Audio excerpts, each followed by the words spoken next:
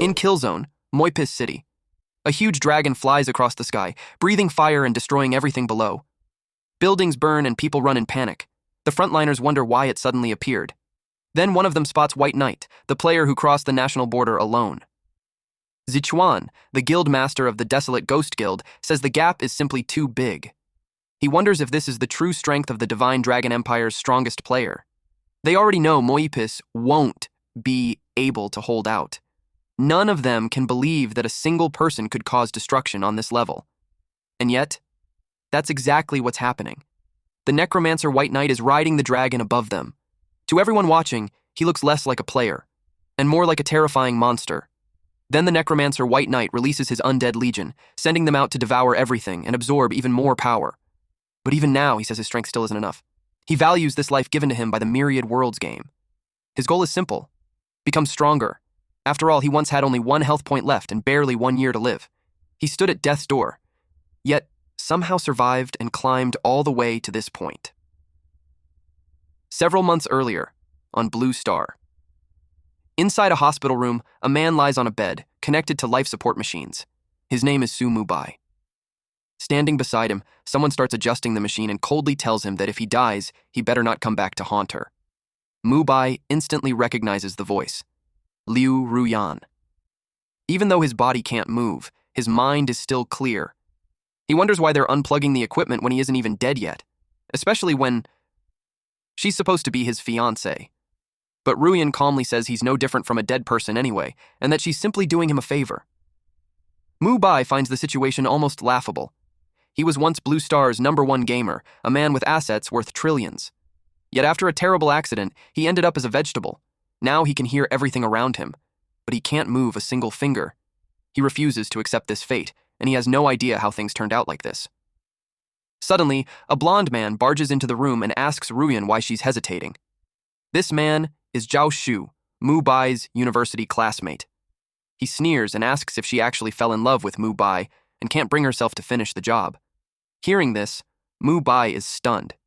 He can't understand why Zhao Shu suddenly showed up here. Zhao Shu then points out that Mubai's parents are already dead. Once Mubai dies, Ruyan will inherit his entire fortune.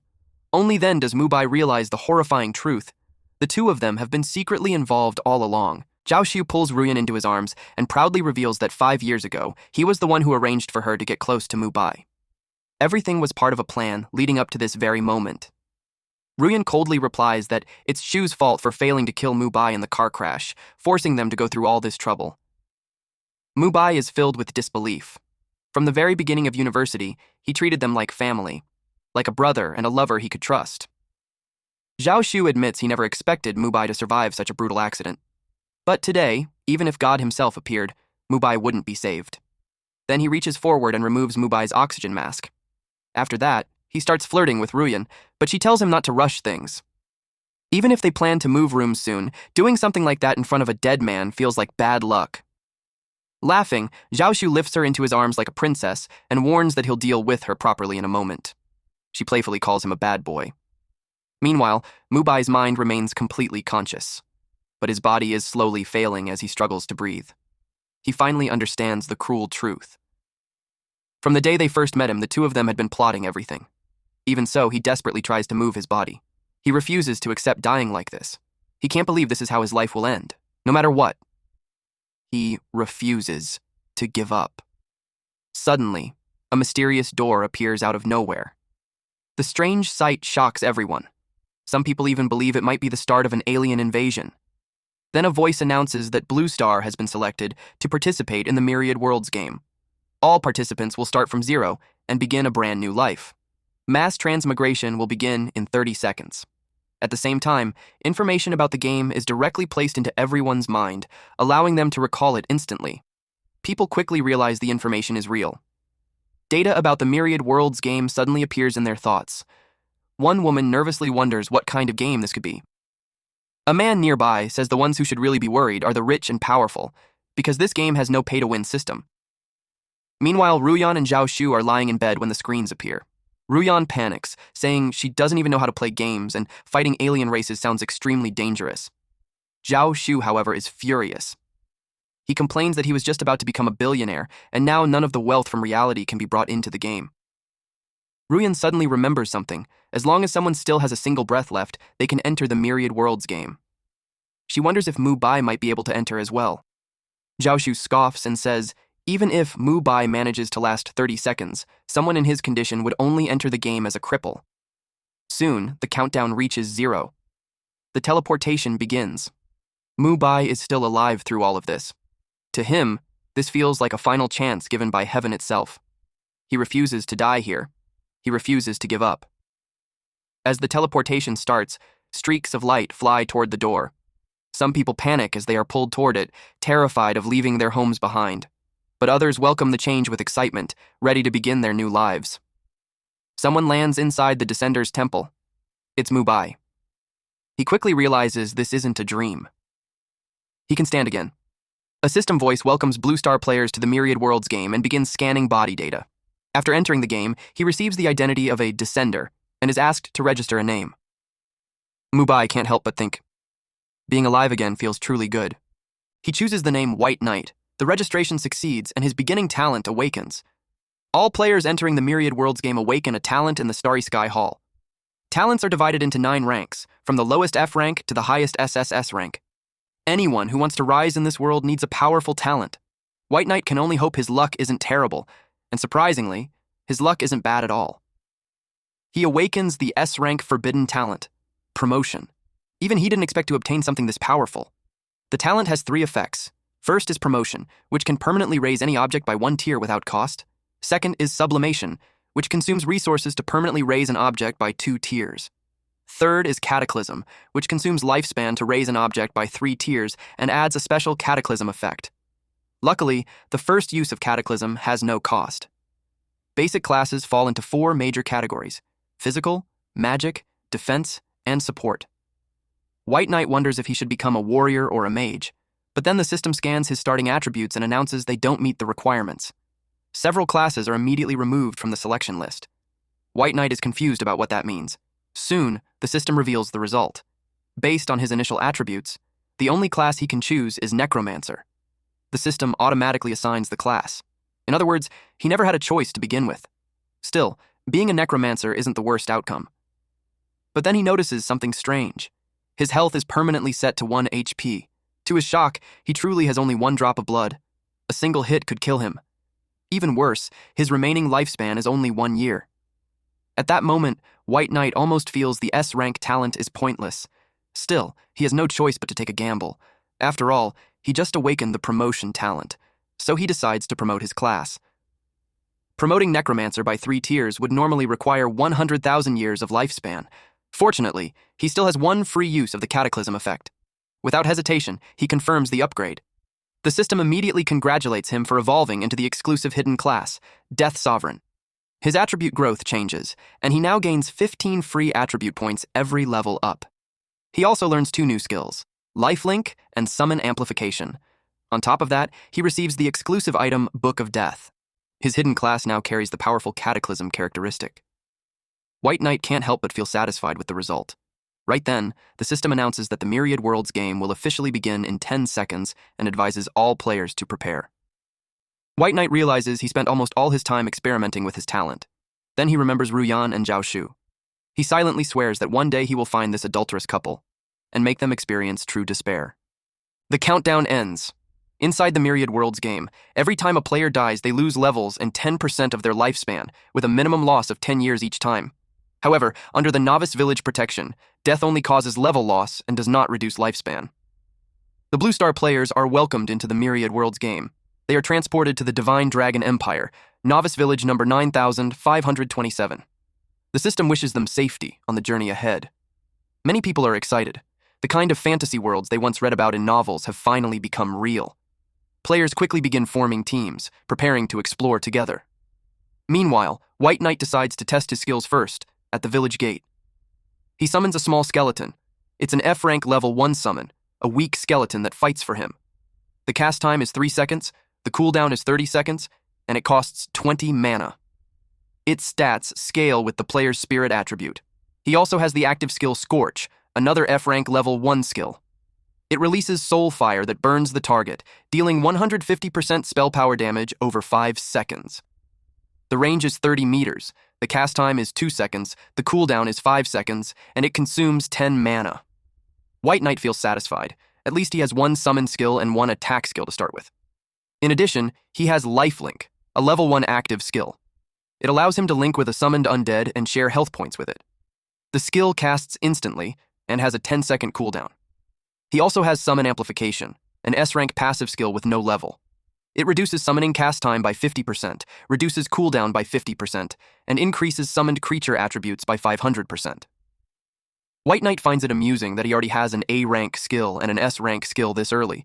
With Lifelink, he can share health with his summons, meaning his own low health might not be such a big problem. Then something unexpected appears. The Book of Death. This item is exclusive to the Death Sovereign class and serves as his unique offhand item. It cannot be dropped, damaged, or traded. The book is currently level 0, and its attributes will unlock after reaching level 1. Its special effects will unlock at level 10. It is described as a book of laws that only White Knight can read. Once the requirements are met, he can learn exclusive Death Sovereign skills from it. Since the book currently has no stats, he assumes it will only become useful after level 10. For now, he decides not to worry about it and focuses on testing his summon. He casts Small Skeleton again. But this time, 2 skeletons appear at once. The system immediately notifies him that the Cataclysm trait has been triggered. Because of the Death Sovereign class effect, all of his skill effects are doubled. However, the second and third class effects are still locked until he reaches a higher level. Even though 2 skeletons appear, they still look fairly weak. At that moment, another player notices him summoning them. Seeing 2 skeletons appear at once, the player assumes White Knight must have at least an A-rank talent. He approaches and suggests they team up. Since he also has an A-rank talent, he believes the two of them could level up much faster together. But White Knight refuses. He says he prefers to grind levels alone. Then he turns and walks away. The man immediately gets offended and shouts after him, telling him to stop pretending to be some powerful summoner when he probably can't even kill a free-range chicken. Mubai arrives in the forest and sees a party struggling to kill a free-range chicken. The tank regrets choosing his class and complains that the stupid chicken is too strong. The frontliner tells him to stop whining and just kill it already. The mage grumbles that the chicken's attack is actually higher than his. Right now, a level 0 player is weaker than a level 1 chicken. One of them gets fed up and says he's going back to the village to look for a lifestyle class. If anyone enjoys fighting something like that, they can deal with it themselves. The free-range chicken is level 1, with 100 over 100 HP, 10 attack, 5 physical defense, and 5 magic defense. White Knight walks past them with his 2 small skeletons, and the party immediately notices him. His summons look pretty strong, so they whisper among themselves that he must have awakened a powerful talent. Naturally, they start feeling jealous. One of their teammates quickly tells them to stop staring and focus on killing the chicken. White Knight calmly says he won't steal their monsters. With his class skill being this ridiculous, killing a chicken would honestly feel like overkill. Just then, he notices the nearby bushes shaking. Suddenly, 2 rabbits jump out. They're red-eyed rabbits, level 2, with 150 over 150 HP, 15 attack, 7 physical defense, and 7 magic defense. These creatures jump straight up to attack a man's most sensitive area. White Knight immediately realizes getting hit by that would hurt a lot. The rabbits rush forward and strike the skeletons, dealing 13 to 15 damage. White Knight feels relieved he doesn't have to fight them himself. Since no one else is around, he decides to summon a few more skeletons and properly test their strength. He tells them to go all out. The skeletons charge forward and slash the red-eyed rabbits with their swords. Soon, one rabbit collapses. White Knight gains an extra 50% level gap bonus and earns +3 experience. The growth speed seems decent.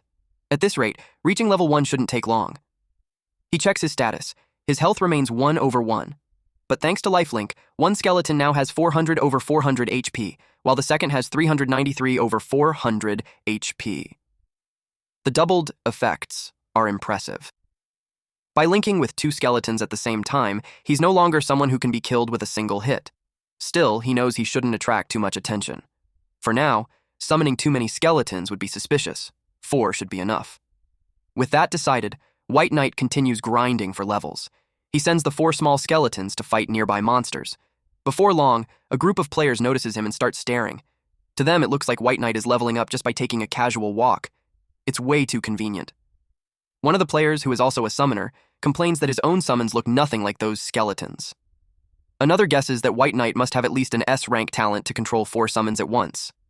The curly-haired guy even says White Knight's strength is probably already near the top of Novice Village, number 9527. Just then, the system announces that White Knight has leveled up. His 4 base attributes each gain +1 point, and he receives +1 skill point, along with +15 free attribute points. Finally reaching level 1 makes him feel pretty satisfied. He opens his character panel and thinks about his stats. Since his summon scale with Spirit, he definitely needs to invest there. But with only 1 HP, having more agility could save his life in emergencies. After thinking it over, he adds 4 points to agility and 11 points to Spirit. Since his talent can promote things, he decides to upgrade his skills next. He tells the system to promote them directly. The promotion succeeds. His F-rank skill, Summon Small Skeleton, upgrades into the E-rank skill, Summon Skeleton. His F-rank skill, Scorch, also upgrades to E-rank. Meanwhile, his A-rank skill, Lifelink, evolves into an S-rank skill. The new E-rank Summon Skeleton allows him to summon a skeleton fighter with a 3-second cast time, 30-second cooldown, and 40 mana cost, with stats scaling from his spirit. As for Scorch, it now deals 200% spell power damage over 5 seconds, with the same 30-meter range, 2-second cast time, and 5-second cooldown, consuming 20 mana. At the same time, a new passive appears, Death Conscription, an SS rank passive skill with no level. Its effects are powerful. First, summoning skill cast time is reduced by 75%. Second, summoning cooldowns are reduced by 75%. Third, summoned creature attributes increase by 100%. And fourth, the summoning space capacity doubles. White Knight can't help but comment that Lifelink truly deserves its S-rank rating. By passively sharing health with all his summons, his effective health pool skyrockets. Even though he technically still has 1 HP, his shared health now adds up to nearly 9,000 HP. And with Death Conscription, he can summon up to 20 skeleton soldiers. At this point, he no longer needs to stay low-key. He plans to open his summoning space and grind levels aggressively. Since he upgraded his skills, there's no reason not to upgrade his exclusive equipment too. The system announces that the promotion is successful. His exclusive item Book of Death evolves into the Death Scripture. This item remains exclusive to White Knight. It cannot be dropped, damaged, or traded, and can be summoned or dismissed freely. At level 1, it follows the character and provides +15 spell power, with additional special effects unlocking at level 10. Still, White Knight feels slightly disappointed. The only bonus for now is 15 spell power, so he decides to focus on leveling until he reaches level 10. With that settled, the real grinding begins. He sends more skeletons charging forward. After all, the more the merrier. This time, their target is a fox monster. White Knight tries summoning all 20 skeletons. Thanks to Death Conscription reducing cooldown by 75%, combined with the Cataclysm trait, each skeleton now takes only about 2 seconds to summon. The skeletons continue hunting level 3 Razorclaw cat demons, gaining a 50% level gap bonus and +5 experience each time. White Knight enjoys how fast his levels are rising. Soon, the system announces that he has reached level 2. His 4 attributes increase by +1 point each, and he also receives +1 skill point and +15 free attribute points. He simply orders his skeletons to keep grinding. About half an hour later, he arrives at a strange boulder that looks like a portal. This place is the entrance to the first dungeon. Mist Forest. The Mist Forest is known to contain valuable treasures, but at the same time, it's also filled with danger. The system asks if he's sure he wants to challenge the dungeon alone. White Knight confirms without hesitation. After all, he has plenty of lackeys following behind him. Next, he's asked to select the dungeon difficulty. The options appear: easy, normal, hard, nightmare, and hell. Without thinking twice, he chooses hell difficulty. And then he steps through the portal. White Knight enters the hell difficulty Mist Forest. The fog is so thick that he can barely see the path ahead. He then ordered his army to find a path and kill monsters. Fortunately, he can control his summons freely within a 100-meter range.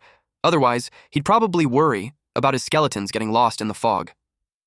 Soon, one of his skeletons encounters a monster, a mystery demon, an elite level 8 creature with 3,600 over 3,600 HP, 74 attack, 60 physical defense, 40 magic defense, and the skill Entangle. White Knight feels excited the moment he sees it. Finally, a real target. He immediately orders his minions to attack together. The mystery demon responds by casting Entangle. Thick vines wrap around one skeleton and rip its arms apart. White Knight notes that an elite monster's attack power is definitely no joke. But even so, it can't withstand the sheer number of his minions. He orders all the skeletons to focus their attacks on it. Soon the system announces the result. After killing the level 8 elite Mist Tree Demon, he gains a 50% level gap bonus and earns plus 60 experience. The Mist Forest is originally a level 5 dungeon, but the Hell difficulty raises monster levels by 3 and turns them all into elite monsters.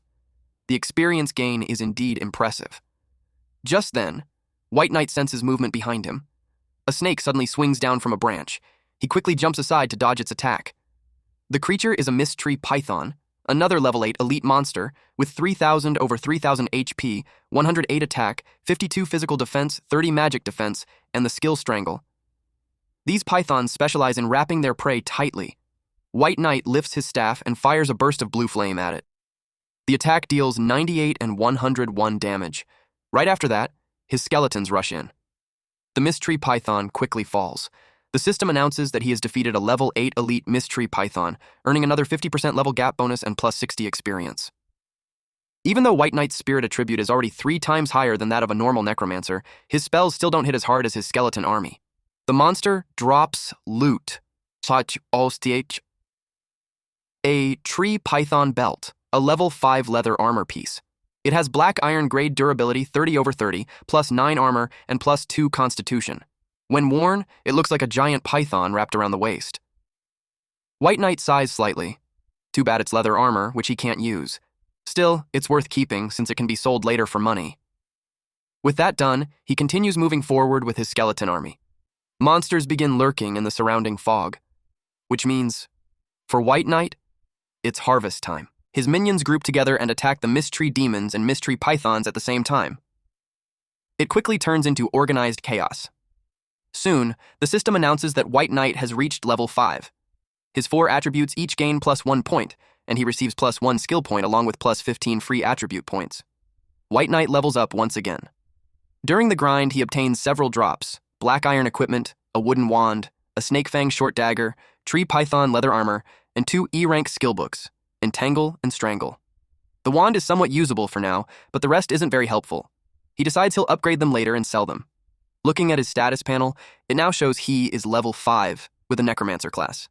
His attributes are 51 agility, 108 spirit, 1 over 1 HP, 6,480 over 6,480 mana, and 409 spell power.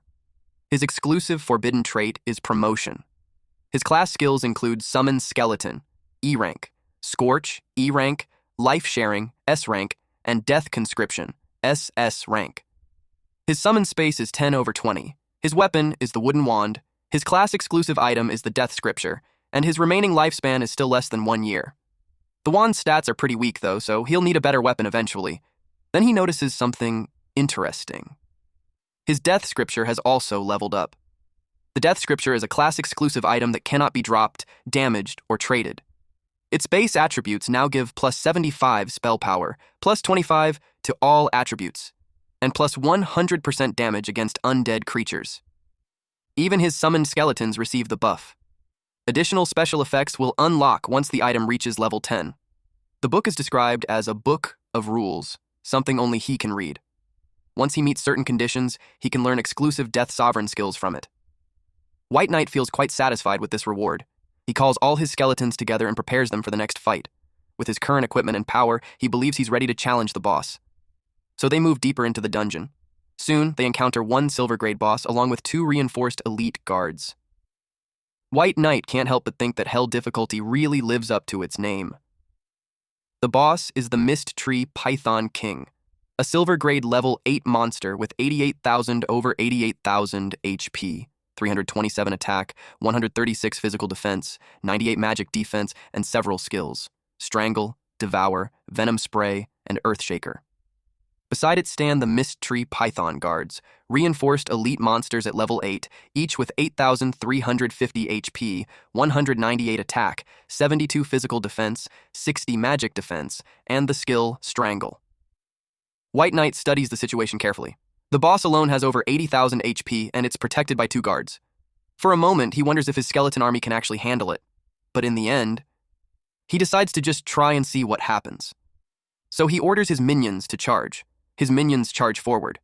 But the Mist Tree Python King suddenly opens its mouth and devours one of the skeletons. White Knight immediately realizes the boss's attack power is truly terrifying, Still, even if its damage is high, he believes it won't be able to handle his skeleton C tactic. Soon, 2 more skeletons appear. He orders his minions to slash it aggressively. The skeleton army quickly deals with the Mist Tree Python guards. Each guard killed gives him a 50% level gap bonus and plus 180 experience points. With the guards gone, he commands all his little brothers to focus fire on the boss. The skeletons strike the Python King on the head, which only makes it even angrier. White Knight feels a bit disappointed when he sees his own damage numbers. Compared to his skeletons, his attacks look almost embarrassing. The boss turns its attention toward the skeletons. It swallows another skeleton whole, killing it instantly. Then it thrashes its massive body, tearing several skeletons apart. White Knight senses something dangerous. It looks like the boss is about to use one of its major skills. Suddenly, the Python King spits out a green poisonous mist. White Knight is startled. He didn't expect the boss to actually target him directly. The mist rushes toward him and covers his vision, but White Knight takes the hit head-on. Thanks to life sharing, his combined health pool is now well over 100,000 HP. Compared to that, this damage is nothing. Then he counterattacks. Blue flames ignite in his hands as he charges forward. He continuously casts Scorch, while his skeleton army keeps slashing the boss from all sides. Under the constant damage, the massive creature finally collapses. The system announces that he has defeated the level 8 silver grade boss, Mist Tree Python King. He receives a 50% experience bonus and earns plus 14,400 experience points. White Knight is satisfied with how smoothly the fight went. Then another announcement appears. The system congratulates him for becoming the first player in Novice Village number 9527 to solo kill a boss. As a reward, he receives 1 basic life soul stone and 1 gold coin. Another notification follows immediately. He is also the first player in Novice Village number 9527 to solo kill a silver grade boss. This achievement grants him an additional reward of 5 basic life soul stones and 5 gold coins. The system made an announcement in Novice Village number 9527. It declared that White Knight had become the first player to solo kill a silver grade boss. The notice encouraged all players to learn from him so they could earn rich rewards as well. The players could hardly believe it. Some were also curious about who White Knight was and what kind of freakish talent he had awakened. Most of them assumed his talent had to be S rank or even SS rank. Otherwise, there was no way someone could solo kill a silver grade boss this early. One player was furious about the huge gap between them. Another complained that the Myriad Worlds game was terribly unbalanced. They said they could barely defeat small mobs, yet this guy was already solo killing bosses. Someone else sighed and said he never expected to become cannon fodder after transmigrating. From another party, a woman had just learned that solo killing a boss triggers a system announcement. If she had known earlier, she would have let Maple Leaf solo kill that black iron grade boss himself. Her teammate replied that it didn't matter since there would be plenty of chances later. The man who had just answered her was Maple Leaf Xiaoxiao. He told her that White Knight was stronger than him.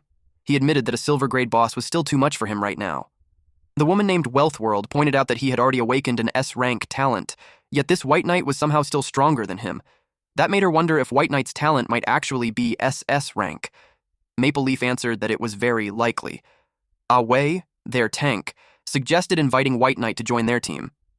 Cotton Candy, a mage who looked like a small kid, knew how terrifying an SS rank talent could be. She wondered if White Knight would even agree to join them. Wealthy World confidently said she would try anyway. After all, there wasn't a man yet who had refused her invitation. Meanwhile, White Knight suddenly received a flood of friend requests. He had no idea why so many had appeared out of nowhere. He didn't have time to deal with them all, so he decided to reject them. Then he took out a basic life soul stone, a special item. After absorbing it, it increases lifespan by 30 days. However, if he dies, he will lose 1/10 of that lifespan, with a minimum loss of 3 days. He was surprised to see an item that could actually increase lifespan. He decided to promote those stones first. After doing so, he obtained an intermediate life soul stone. This special item increases lifespan by 120 days upon absorption. If he dies, he will lose 1/10 of that lifespan, with a minimum loss of 12 days. He was glad the promotion worked. 6 intermediate stones would equal almost 2 years of life. Getting that much lifespan for free felt strangely addictive. Now he wanted to collect even more life soul stones. The 2 skill books he received were not useful for him. As for the equipment pieces, only the poison ring was somewhat helpful, so he decided to promote it. The promotion succeeded, and he obtained a venomous ring.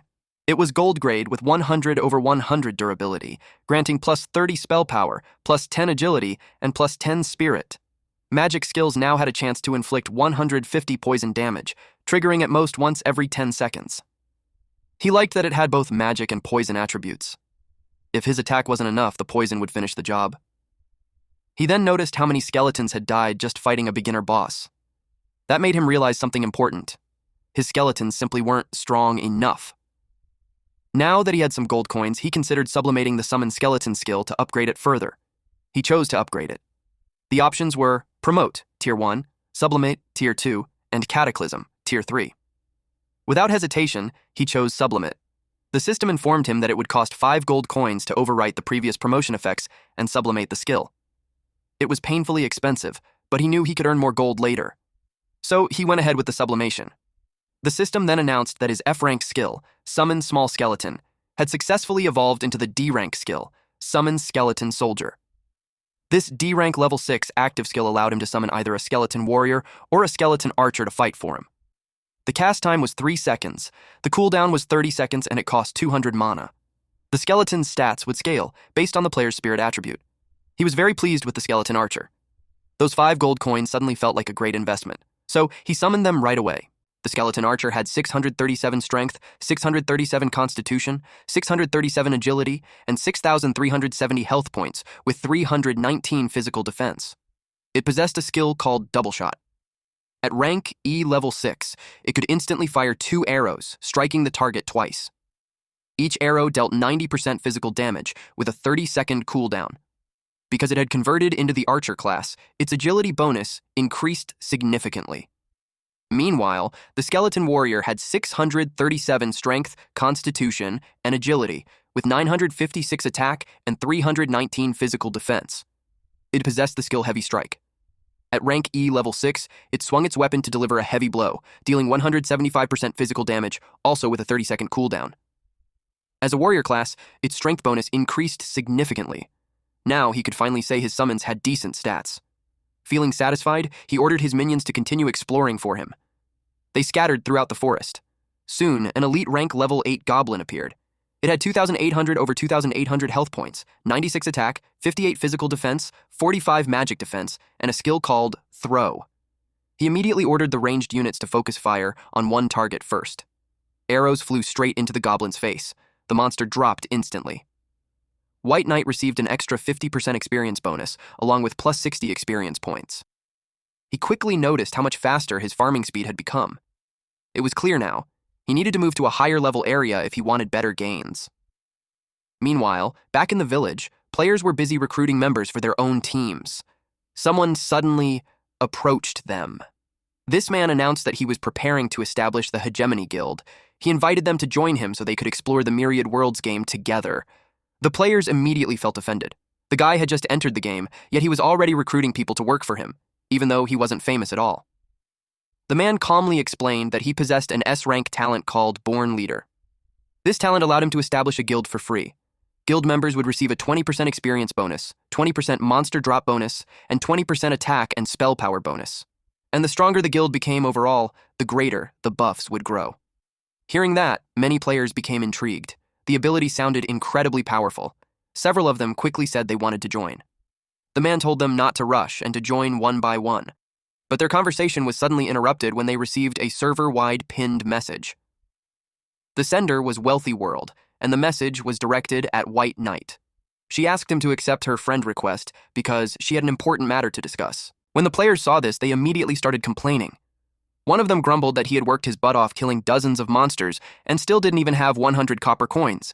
Yet this spendthrift casually spent 10 gold coins just to send a message. Everyone became curious about who this person was. After all, sending a server-wide pinned message cost 10 gold coins, which was an insane amount right now. The commotion quickly spread through the village. Some wondered if Wealthy World was truly that rich. The man who planned to establish the guild also started wondering where she got so many gold coins. At the same time, he became curious about White Knight.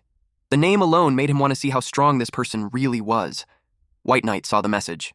Since Wealthy World had spent 10 gold coins just to find him, it was obvious she had serious money. So he decided to meet her. After they became friends, Wealthy World immediately invited him to join her team. She promised to cover all his equipment and skills, plus give him 100 gold coins up front. Getting 100 gold coins right away sounded incredibly generous. White Knight couldn't help wondering how she had become this rich when everyone had only just left the novice village. So he asked her why he should trust her. She replied that money was just a number to her.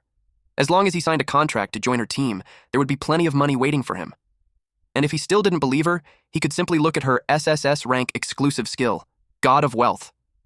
This talent had 3 effects. The first was Money Tree, which allowed her to shake a money tree once a day and randomly receive 1 to 999 gold coins, with a chance to obtain special treasures as well. The second effect was Wealth Rolls In, which increased the total currency she carried by 1% every day. The third was Income Only, No Outgo, meaning she would not drop any gold coins or items when she died.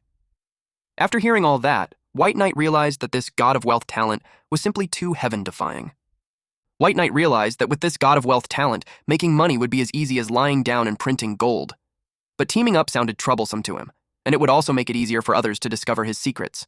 He decided to forget about it. In the early stages, leveling alone felt much safer, so he replied that he preferred to act alone. Wealthy World was offended that he actually dared to refuse her. Maple Leaf Xiaoxiao asked her if White Knight had refused to join them. She answered that White Knight preferred to act alone. Ah Wei suggested they forget about him for now, since they could just grind monsters themselves. Cotton Candy replied that it might be possible, but without good equipment, their grinding speed would be much slower. But then Wealthy World noticed that White Knight had sent another message. White Knight proposed a trade. She asked for more details, and he explained that he had some unused equipment and skill books that her team could probably use, and he was willing to sell them. She asked how much he wanted because she was planning to buy everything. White Knight replied that the value would be greater than she could imagine. He said he would notify her when he finished his current business. She simply replied that she would wait for him. Then she told Maple Leaf that he would soon have top-tier equipment. Ah Wei was happy to hear that because powerful gear would greatly increase their grinding speed. Their party soon encountered a wild boar leader. It was a level 5 bronze grade boss with 23,800/23,800 health points, 205 attack, 81 physical defense, 62 magic defense, and skills like Tear, Barbaric Charge, and Wild Trample. Wealthy World asked Maple Leaf if he was confident he could solo kill it. He replied that it wouldn't be a problem. She told everyone to hand their life recovery potions to Maple Leaf. Then she instructed him to leave the party. Ah Wei was ordered to stand guard and make sure no one interfered with Maple Leaf. Their goal was simple: secure the system announcement. After that, they told Maple Leaf to go. He moved in. The wild boar leader attacked, dealing -986 damage. Maple Leaf slipped behind it and launched his attack. The wild boar leader swung its spiked back toward him. He said the monster was pretty strong, but it wasn't fast enough. Wealthy World commented that Maple Leaf had plenty of combat experience, so solo killing the boss shouldn't be a problem. Meanwhile, White Knight killed a level 8 silver grade boss, the Goblin Leader, earning an extra 50% experience bonus and plus 14,400 experience points. Having such a large group of minions made things incredibly convenient. He could move through the mist forest almost without resistance. The system notified him that his level increased to 6, giving him plus 1 point to all 4 attributes and plus 15 free attribute points. The only thing he could complain about was how annoying it was to pick up all the loot. One of the items he picked up reinforced Bone Shield, but with life diversion, that skill was useless to him. The Mist Cloak had the effect of lowering aggro, but it was honestly just too ugly to wear. It was level 5, gold grade, with 100/100 durability, plus 28 physical defense, plus 20 magic defense, plus 10 constitution, and plus 10 spirit. After equipping it, it lowered the user's presence slightly, reducing the chance of attracting monster aggro. Another item caught his attention, an emblem with excellent attributes. It was level 5, gold grade, with 100/100 durability. It increased health by plus 200, mana by plus 400, and spell critical chance by plus 5%. Whenever his spell landed a critical hit, he would gain a buff that increased spirit by plus 20 for 10 seconds, though the effect could not stack. He equipped it immediately. Suddenly, a skeleton came running toward him. It looked badly injured and had lost a large amount of health. He wondered how this had caused the king's territory to appear. The system suddenly sent another notification. A large number of skeleton soldiers had caused the Goblin King to recall long-buried memories, triggering a hidden plot. The Goblin King had fallen into a state of madness, increasing all attributes by 50%. The Mist Forest exit had been sealed, and the only way to leave the dungeon was by killing the Goblin King. To trigger the hidden plot completion, he had to kill the Goblin King within 2 minutes. White Knight quickly summoned more skeletons to prepare for the battle. The Goblin King roared in anger that someone dared to invade his territory. It declared that it would smash his rotten bones into pieces.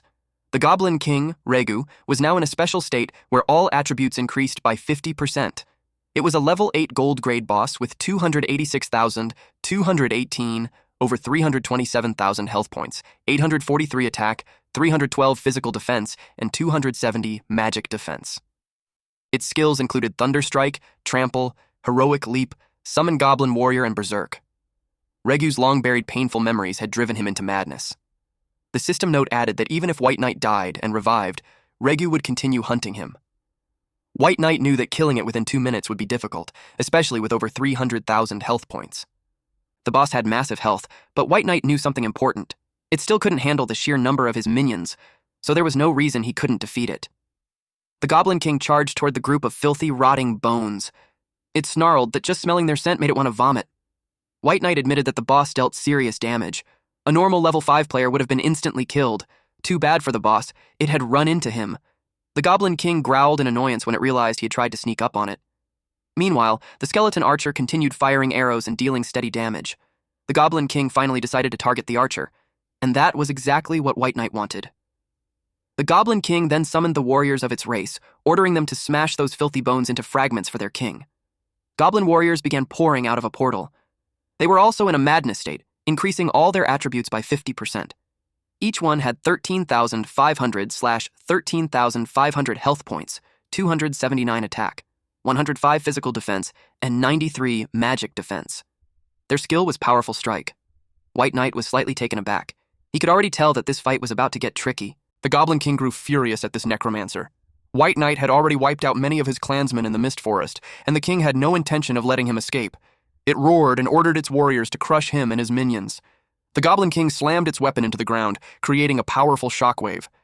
Fortunately, White Knight managed to step aside just in time. Even so, he complained that the hit still hurt quite a bit. Luckily, he was sharing health with his minions, so the damage wasn't too dangerous.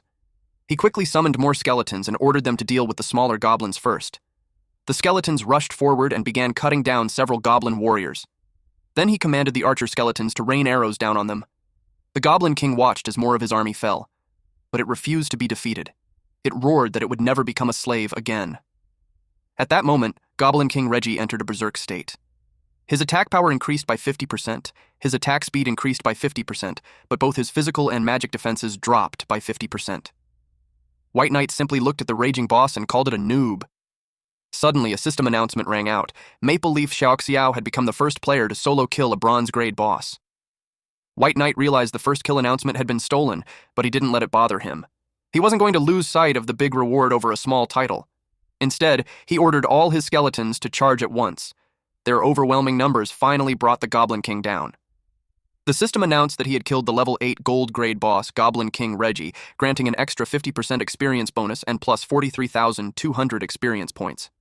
With that, he reached level 7, gaining +1 to all 4 attributes, +1 skill point, and +15 free attribute points.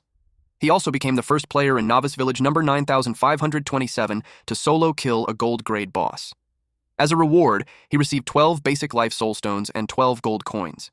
He looked around for any monster drops, but strangely, there was nothing. Meanwhile, a man wearing full armor had just obtained a treasure that increased his lifespan. His guild members quickly flattered him, saying he was the number 1 expert in Novice Village number 9527. Suddenly, a system announcement appeared. Maple Leaf Xiaoxiao had become the first player to solo kill a bronze-grade boss. One of his guild members immediately said Maple Leaf must have just gotten lucky. The armored man declared that he would find a gold-grade boss himself to prove who the real expert was. Right then, another announcement appeared, this time saying that White Knight had become the first player to solo kill a gold-grade boss. The man in the full armor suit frowned and wondered if White Knight had awakened an SSS rank talent. On the other side of the forest, Maple Leaf Xiaoxiao commented that White Knight was truly terrifying. Wealthy World told him it was fine. The Myriad Worlds game had only just begun, so there was still plenty of time to catch up. Maple Leaf Xiaoxiao then told the group that they should go check out the first dungeon now.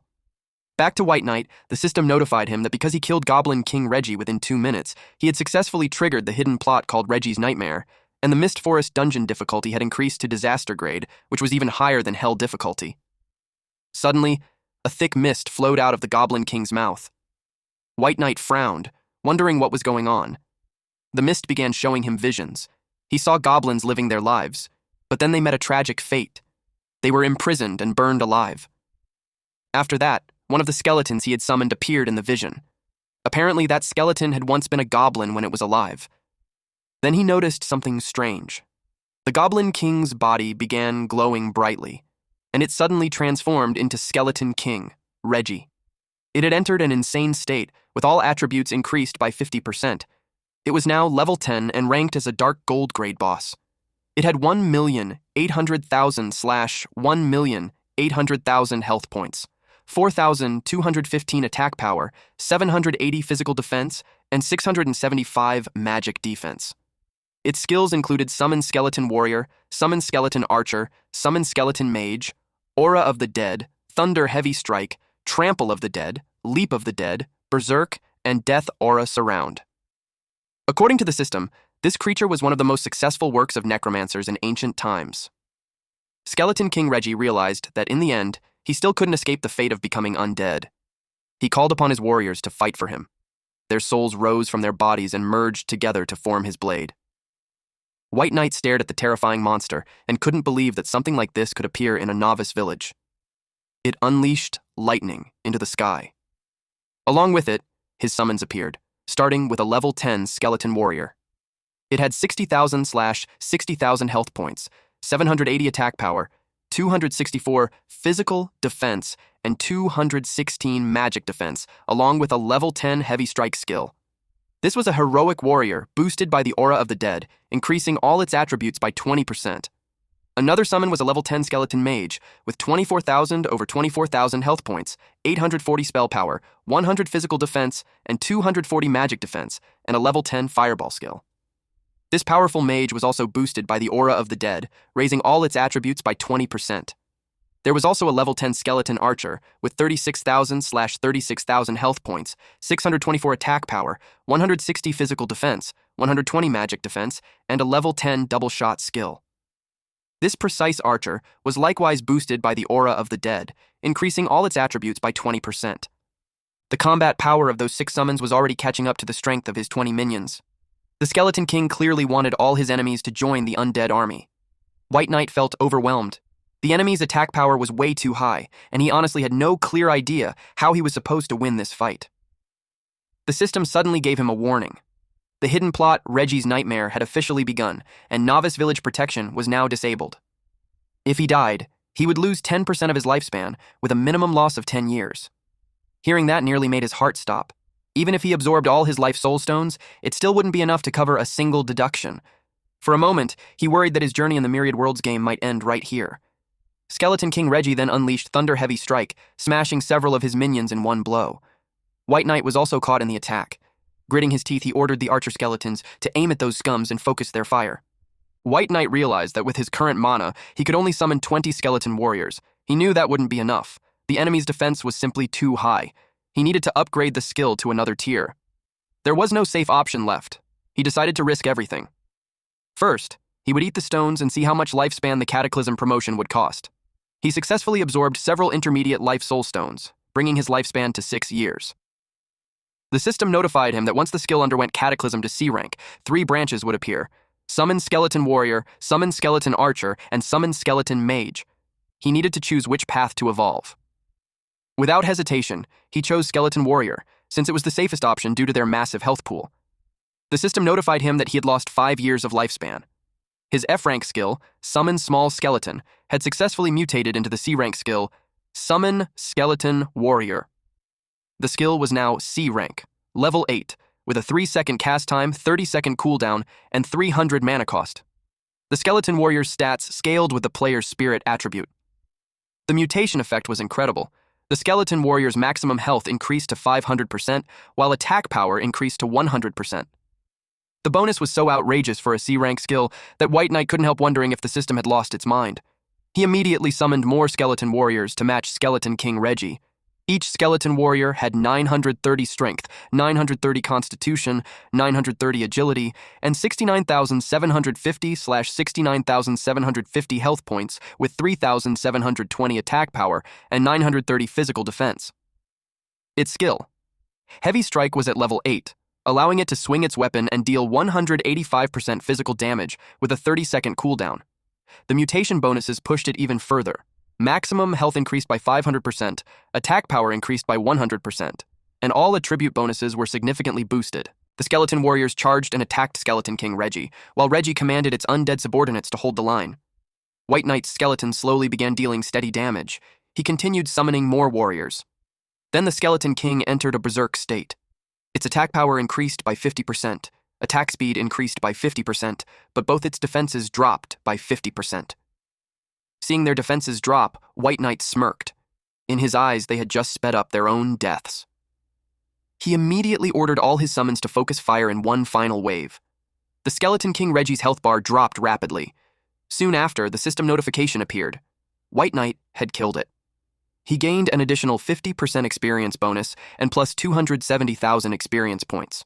With that, he reached level 8, gaining +1 to all 4 attributes, +1 skill point, and plus 15 free attribute points. But with 270,000 experience, he knew it wouldn't stop there. The system soon confirmed that he had reached level 9. Another notification appeared. He had become the first player in Novice Village number 9527 to solo kill a dark gold grade boss. His reward was 40 intermediate life soul stones and 60 gold coins. The achievement was also broadcast to the entire village. He then received another system message congratulating him for achieving the first clear of the Mist Forest in Novice Village number 9527. His reward was 5 random level 1 attribute gems and 5 gold coins. Just from this round of Cataclysm upgrades, he had already burned through over 13 years of lifespan, but the rewards kept coming. Since he had also completed the first clear of the Hell difficulty Mist Forest, he received 20 intermediate life soul stones and 20 gold coins. Still, White Knight frowned, because technically, he had cleared a disaster-level dungeon, not just Hell difficulty. At the Mist Forest entrance, the man in full armor continued recruiting players. Several people nearby showed interest in joining his group. Soon, everyone's attention shifted to another group walking out of the forest, all wearing full sets of equipment. Since the leader was Wealthy World, the sight wasn't too surprising. Everyone already knew her gear must have cost a fortune. Still, they couldn't help wondering just how rich she really was. The man who had been recruiting earlier approached them and said he had heard about their team. They politely replied that they were far inferior to this man, Guildmaster Hongtu. Hearing that made Hongtu laugh proudly. Since everyone was already gathered there, he suggested making a bet. Wealthy World raised an eyebrow and asked what he wanted to bet on. Hongtu proposed that they bet on who could achieve the first clear of the Mist Forest. Wealthy World asked what the stakes would be. Hongtu replied that his talent and her financial power were a perfect match. If he won the first clear, he wanted their team to join his hegemony guild. She then asked what they would gain if they cleared it first. Hongtu answered that in the future, the hegemony guild would help them accomplish one request with their full strength. Wealthy World immediately bargained, saying that one favor wasn't enough. She wanted 3 instead. After a brief pause, the deal was agreed upon. But suddenly a system announcement appeared stating that White Knight had already taken the first clear of the Mist Forest. Everyone stood there in shock. Guildmaster Hongtu's expression darkened. This White Knight had completely ruined their bet and made them look foolish. He told Wealthy World that since the normal difficulty first clear was already gone, they might as well aim for hard mode instead.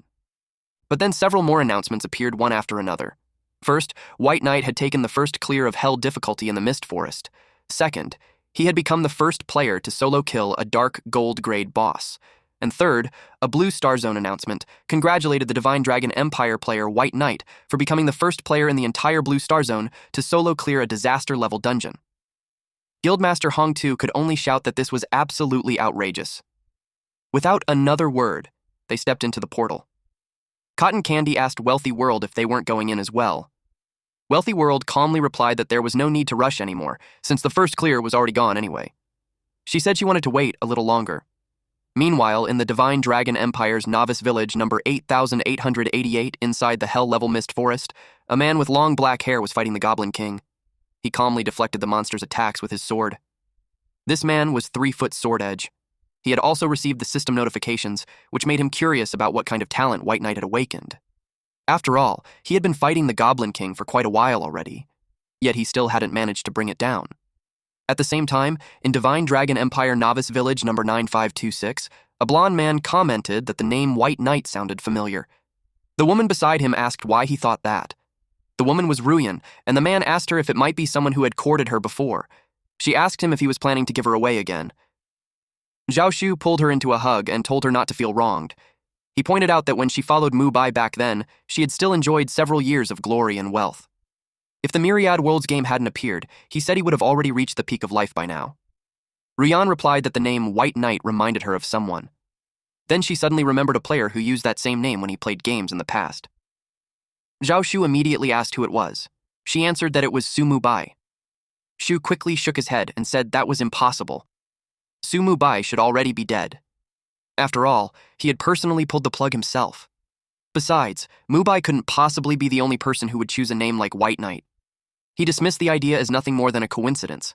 He even added that if it really was that kid, it would actually make things easier. Zhao Shu knew that Mu Bai had always liked Ruyan, so she could simply seduce him again, and everything would fall into place. Ruyan blushed slightly, but deep down she was completely confident in her charm, and honestly, she didn't really care who White Knight was.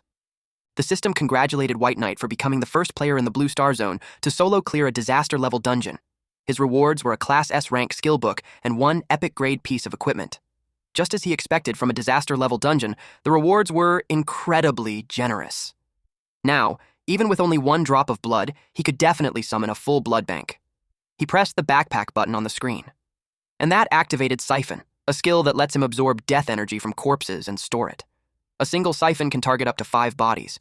The cooldown is 30 seconds. It costs nothing to use. The maximum range is 50 meters, and his stored death energy currently sits at 0/80. The feedback skill instantly restores his own health or mana, or it can be used to strengthen one of his summons. The cooldown is 30 seconds. It consumes 1 to 80 death energy. 1 death energy restores 100 health or 100 mana. 1 death energy can also boost a target's main attribute by 0.5% for 60 seconds. Now he would never have to worry about mana consumption ever again.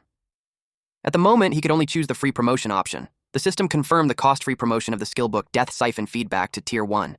He confirmed it and learned the new skill, Death Siphon Feedback. He tested it on the enemy and successfully siphoned 320 death energy from the corpse of the Dark Gold boss, Skeleton King Reiji. But the system soon notified him that his stored death energy had already reached the limit. If he wanted to siphon more, he would need to consume some of it first. He didn't expect the amount to be that high. He guessed it was because the boss had originally been an undead creature, so the death energy inside it was much richer. He also received an item called the Whisperer of the Dead Robe, a top cloth armor.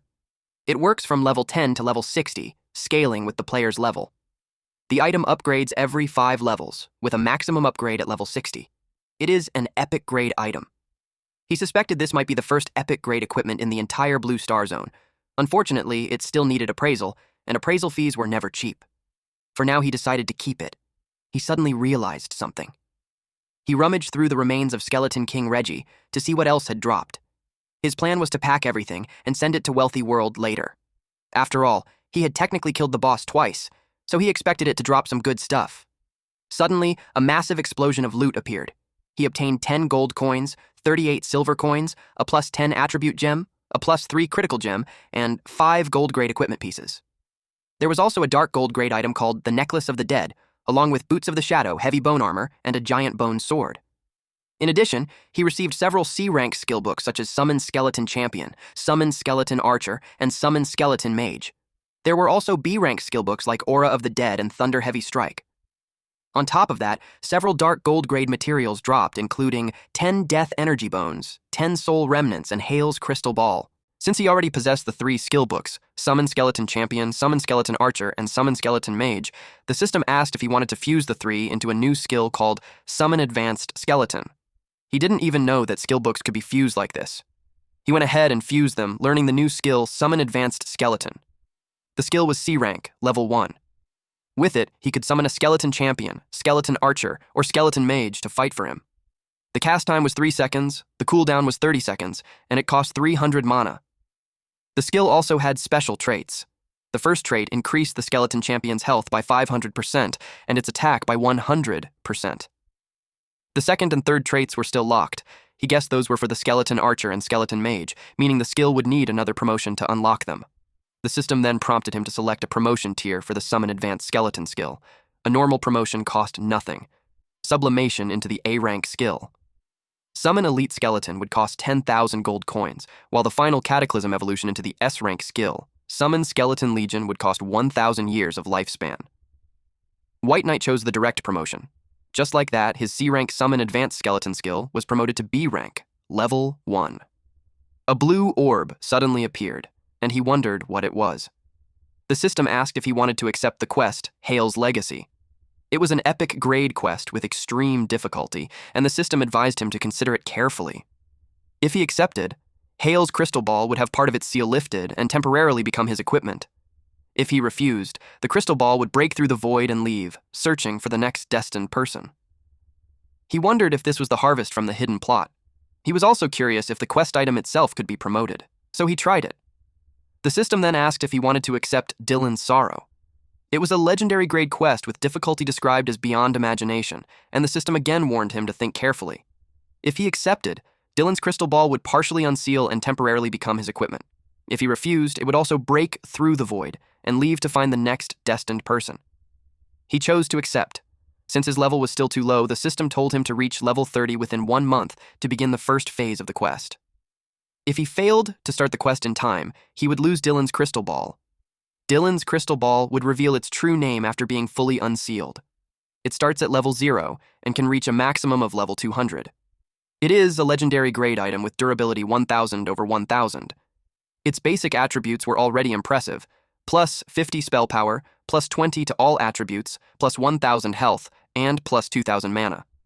Its effects were also powerful.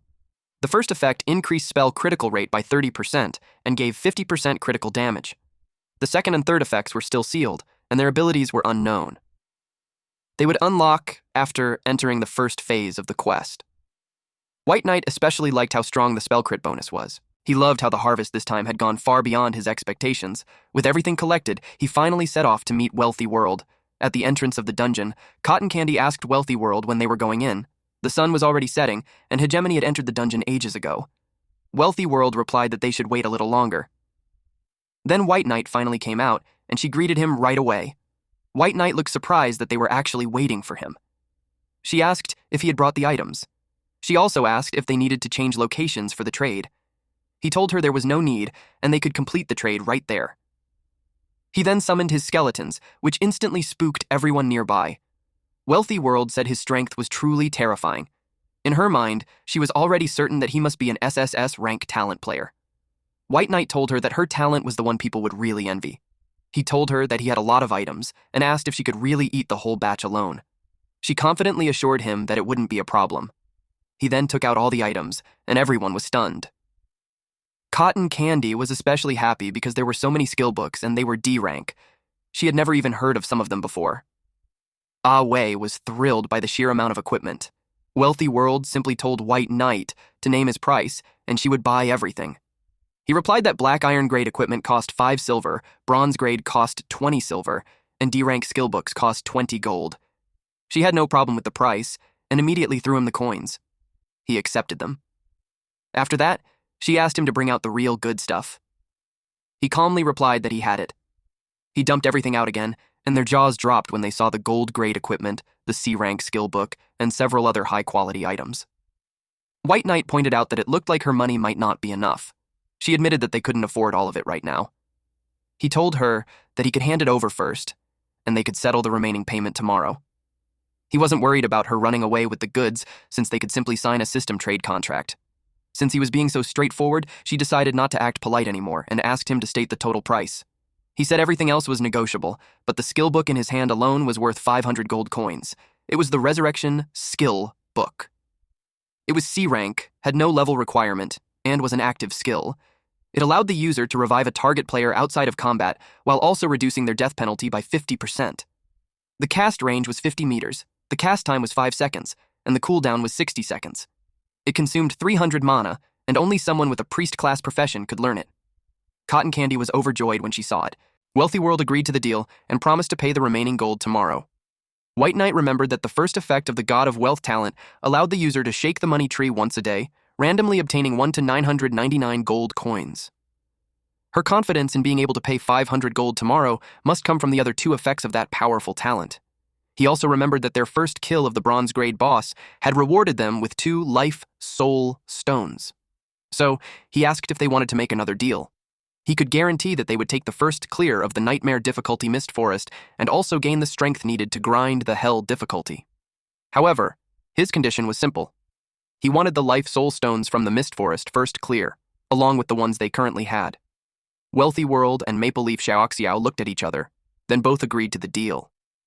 In the dungeon, while everyone else was busy fighting monsters, White Knight was just chilling.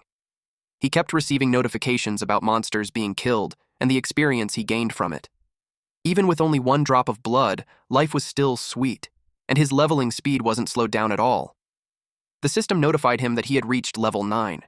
He gained +1 attribute, +1 skill point, and +15 free attribute points. At the same time, he wondered where the appraiser had gone. He had run all that way just to find the appraiser and identify his equipment, yet he didn't even see a shadow of the guy.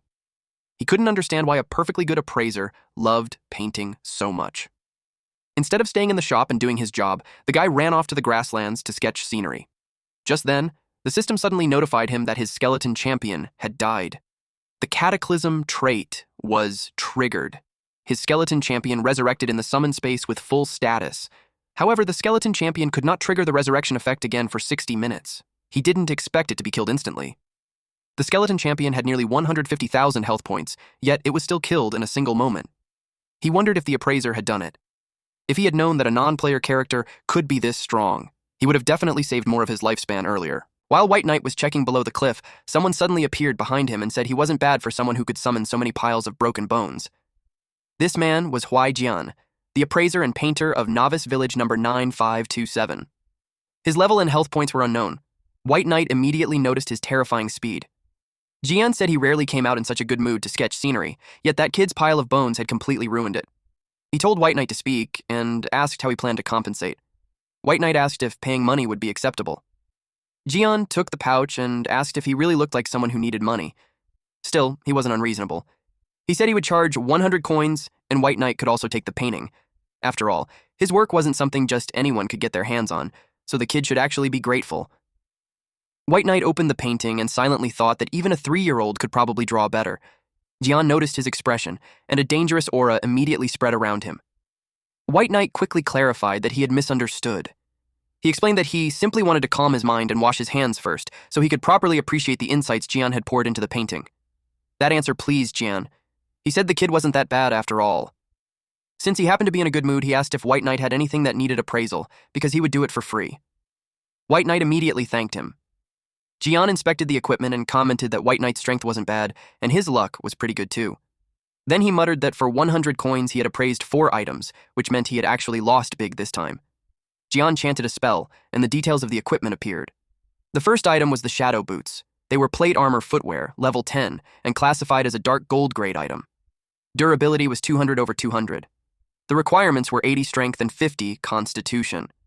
The stats included +75 physical defense, +50 magic defense, +800 health, +20 strength, +20 constitution, +10 agility, and +10% movement speed. The attached skill was Shadow Step, allowing the wearer to fade into the shadows. Movement speed increased by 60%, and damage taken was reduced by 10%. The effect lasted 30 seconds, with a 10-minute cooldown. If he equipped it, he would also automatically learn Ghost Step Dance. The second item was the Heavy Bone Armor, used for the upper body. It was plate armor, level 10, and upgradable 3/3. This was also a dark gold grade item with durability 200/200. The requirements were 100 strength and 80 constitution. The armor granted +180 physical defense, +120 magic defense, +1,200 health, +25 strength, and +25 constitution. It also reduced physical damage by 100 points. The attached skill was Bone Armor, which allowed the wearer to summon bones to protect the body. When activated, the reduction and reflection effects of the Heavy Bone Armor increased by 300%. The effect lasted 30 seconds, with a 10-minute cooldown. As part of the bone set, 1/2, it also granted +10% attack and +10% physical defense. The third item was the Heavy Bone Sword, a 2-handed weapon at level 10, also upgradable 3/3 and classified as a dark gold grade item. Its durability was 200/200, and the strength requirement was 120. The weapon granted plus 288 attack and plus 50 strength, and its attacks dealt 30% splash damage. The attached skill was Powerful Strike, giving attacks a chance to deal triple damage. It was also part of the bone set, 1/2. The last item with full details was the Necklace of the Dead. It was a level 10 dark gold grade necklace with durability 200/200. The requirement was 100 spirit. It granted plus 80 spell power, plus 500 health, plus 1000 mana, plus 30 spirit, plus 10 constitution, and plus 10 agility. Its attacks could apply a curse effect, reducing the target's dual defenses by 100 points. Summoned creatures could also trigger this effect. The attached skill was the Dead, which reduced fear-type negative status effects on the wearer by 50%. Jian told him that under normal circumstances, just one of those items would cost 100 gold to appraise. That meant White Knight had already gotten a huge bargain. He warned him to keep that pile of broken bones away from him and not disturb his sketching again. White Knight then asked him to wait for a moment. Jian was getting annoyed. He asked if White Knight still had more dark gold equipment to appraise. Deep down, he regretted agreeing to do the appraisal for free. It really felt like he had lost big this time.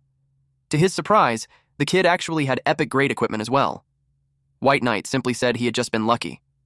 The item was the Robes of the Dead's Whisper. White Knight took this opportunity to have it appraised for free, since the dark gold appraisal fee earlier had already been painfully expensive. Jian kept his word and said the appraisal would indeed be free, and he wouldn't take any money from him. However, his appraisal technique level was too low, so he couldn't appraise that item at all. White Knight was shocked to hear that. Jian argued that he was only a part-time appraiser in a novice village, so it was perfectly reasonable that he couldn't appraise epic-grade equipment. When White Knight thought about it, the old man's explanation actually made sense. So Jian offered to teach him an appraisal technique instead. For White Knight, this was actually great news. If he learned it, he wouldn't have to spend money on appraisal fees in the future.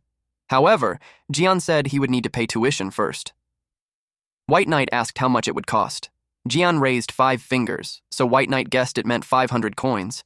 Jian confirmed he was correct, but it wasn't 500 gold coins. It was 500 ancient gold coins. Ancient gold coins were part of the first batch of coins ever minted. They had long stopped circulating and technically had no official value. But to certain ancient collectors, their value far exceeded ordinary gold coins. White Knight suddenly remembered that when copper coins were upgraded, they became ancient copper coins. And he actually had some right inside his backpack. That made him wonder, if gold coins were upgraded, would they also become ancient gold coins? At that moment, the system notified him that Jian had added him as a friend. He had also received a mission called Collect Ancient Gold Coins. The task was to gather 500 ancient gold coins for Jian. The reward would be the subclass skill, Basic Appraisal Technique. Jian was about to leave when White Knight suddenly asked him to wait again. That only made Jian more annoyed. But when he turned around, he saw White Knight holding a huge bag of coins. His jaw dropped when he saw just how many ancient coins were inside. White Knight then asked calmly if Jian could now teach him the appraisal technique. Jian was clearly pleased. He admitted the kid had given him a very pleasant surprise. He handed over the skill book, and just like that, White Knight completed the hidden mission and received his reward. Jian left immediately, but before going, he told White Knight to come find him again once he had 10,000 ancient gold coins. If he did, Jian promised he would give him another surprise. With that, White Knight received a new mission called Collect Ancient Gold Coins 2. This time, he had to gather 10,000 ancient gold coins, though the reward was still unknown. White Knight found him interesting, especially since the old man promised to give him a big surprise. A basic appraisal technique obviously couldn't satisfy him, so he promoted it and obtained the intermediate appraisal technique. After learning this subclass skill, he earned the title Intermediate Appraiser. His current technique proficiency was 0/1000. As the skill proficiency increased, the success rate of his appraisal would improve slightly. The success rate for dark gold grade equipment was 60%, while epic grade equipment only had a 10% success rate. The cast time was 5 seconds, the cooldown was 60 seconds, and it consumed 1,000 mana. Subclass skills did not occupy the player's skill slots. Now he began appraising his item. But it failed. After all, the success rate was only 10%. It made him wonder if his luck was really that bad. He kept trying, and the system kept telling him the appraisal had failed. He stayed stubborn and continued until he eventually got tired. Suddenly, he received a notification that a wild treasure chest had been discovered. Today had truly been a day full of surprises. If the treasure chest was guarded by a high-level monster, then he had clearly hit the jackpot. He decided to go check it out. The treasure chest was guarded by wolves. He was glad to see that things were exactly as he expected. He called the boys over to get to work. The skeletons immediately charged the monsters. The large wolf monster let out a loud howl, calling more members of its pack. White Knight didn't mind. When it came to numbers, he welcomed the challenge. The skeletons cut down the wolves one after another. The large wolf monster struggled in pain before finally breathing its last. White Knight bragged that he hadn't even finished lining up his skeletons yet, and the monster was already dead. The system notified him that he had killed a level 10 reinforced elite monster, Prairie Vicious Wolf, granting an extra 50% level gap bonus and plus 450 experience points. He had also killed a level 10 silver grade boss, Prairie Wolf King, gaining another 50% level gap bonus and plus 36,000 experience points. The loot included 1 gold coin and 38 silver coins. He also obtained a level 1 agility gem and 1 basic skill book. His level increased to level 10, granting plus 1 to 4 attributes, plus 1 skill point, and plus 15 free attribute points. He also became the first player in the Myriad Worlds game Blue Star Zone to reach level 10, earning the title Far Ahead. White Knight then became curious about something. Could wild treasure chests also be promoted? So he tried it. The promotion succeeded. White Knight opened the chest. He obtained a gold-grade equipment called the Withered Wood Staff. There was also a gold-grade treasure map. He felt slightly disappointed that there were only 2 items inside. However, the treasure map quickly caught his interest. According to the map's guidance, it would lead him to a gold-grade treasure chest. The system asked if he wanted to use the treasure map. Once used, the treasure hunting route would be marked on the system map. The destination coordinates of this treasure map were located outside the novice village. The system then notified him that his level had reached the novice village limit. He needed to find the village chief and report to his affiliated city. Otherwise, he would no longer gain experience points. That was when he realized that players had to leave the novice village once they reached level 10. He decided to find the village chief first, and while he was at it, he casually promoted the treasure map. After the promotion, it became a dark, gold-grade treasure map. The route immediately appeared on his map, and the destination coordinates were now located outside Jingu City. The system instructed him to go there to begin the treasure hunt. The route was extremely far, and it would require him to travel abroad. For now, he accepted that he wouldn't be able to get it yet. Meanwhile, Guildmaster Hongtu came out of the dungeon. The system announced in Novice Village number 9527 that Hegemony Guild had achieved the first clear of the hard difficulty Land of Mist dungeon. Guildmaster Hongtu immediately told his men to get ready, because they would challenge the nightmare difficulty right away. Suddenly, another announcement appeared. It stated that Wealthy World had led a squad to achieve the first clear of the nightmare difficulty of the Land of Mist dungeon. Guildmaster Hongtu was shocked that they had beaten them to it. He demanded to know how they managed to clear nightmare difficulty so quickly. Wealthy World simply wished him good luck. He was irritated that White Knight had only sold equipment and skill books to her. Now that White Knight dared to go against him, Hongtu swore that he would make him pay. Wealthy World then told her team to rest for a while because they would soon begin farming the Hell difficulty. At that moment, another Blue Star announcement appeared. The system congratulated Divine Dragon Empire player White Knight for becoming the first player in the Blue Star Zone to reach level 10. Because of this milestone, the Novice Village level leaderboard opened ahead of schedule. The Novice Village number 9527 leaderboard was displayed. First place was White Knight, level 10, no faction. Second place was Maple Leaf Xiaoxiao, level 5, no faction. Third place was Awei, level 5, no faction. Fourth place was Hard to Wake Up, level 5, no faction. Fifth place was Wealthy World, level 5, no faction. Sixth place was Cotton Candy, level 5, no faction. Seventh place was Grand Hegemony, level 5 from Hegemony Guild. Eighth place was One Sword Seal's Throat, level 5, also from Hegemony Guild. Ninth place was Turkey Flavor Rice Crust, level 5, from Hegemony Guild. 10th place was Milky White Snow, level 5, also from Hegemony Guild. Guildmaster Hongtu was clearly not pleased with these results. Cotton Candy told their boss that White Knight was leveling up incredibly fast. Maple Leaf Xiaoxiao agreed, saying it was like watching someone ride a rocket. During their trade earlier, he had only been level 8, while they were level 5. Since they had already obtained the Life Soul Stones, Wealthy World decided to send them to White Knight. She knew it was extremely important to build a good relationship with someone like him. She told her team they could move freely for now while she went back. Soon after, she met up with him. She handed over 10 basic Life Soul Stones, which were the reward from the first clear. She also told him that if he obtained any good items in the future, she hoped he would remember her first. She promised that price would never be an issue. The system then notified White Knight that his contract with her had been fulfilled. He assured her that as long as she had the money, there would naturally be no shortage of good items. Before leaving, he told her to contact him again once she left the novice village. That only confirmed for her that building a good relationship with him had been the right move. White Knight then headed toward a house. He felt that this was the right place. A man with a thick brown beard came out and said he hadn't expected a descender to reach level 10 so quickly. It was the village chief. White Knight told him that he wished to leave the novice village. The village chief agreed. He said that the god-forsaken land would eventually belong to the descenders anyway. Then he told White Knight to follow him. The floor at the center of the house began to glow, and the chief told White Knight to step inside. Their village was affiliated with East Sea City. East Sea City was one of the 10 great Level 1 main cities of the Divine Dragon Empire, and also the Empire's most prosperous coastal city. The chief told him that arriving in East Sea City would be the true beginning of his journey. White Knight thanked him and promised that if fate allowed, he would return one day to repay him. After White Knight disappeared, the village chief let out a long sigh.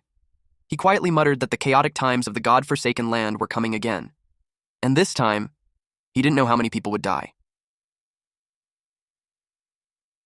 Meanwhile, Zhu asked Ruyan if she truly believed that White Knight might actually be Mubai, but Ruyan said she didn't care whether he was or not. She was confident that once they met him, he would never escape the palm of her hand. At EC City, White Knight had just finished teleporting. He commented that the world felt far too realistic. He was a little disappointed that leaving the novice village didn't even give a reward or anything special. Out of nowhere, the system notified him that the death scripture had increased to level 10.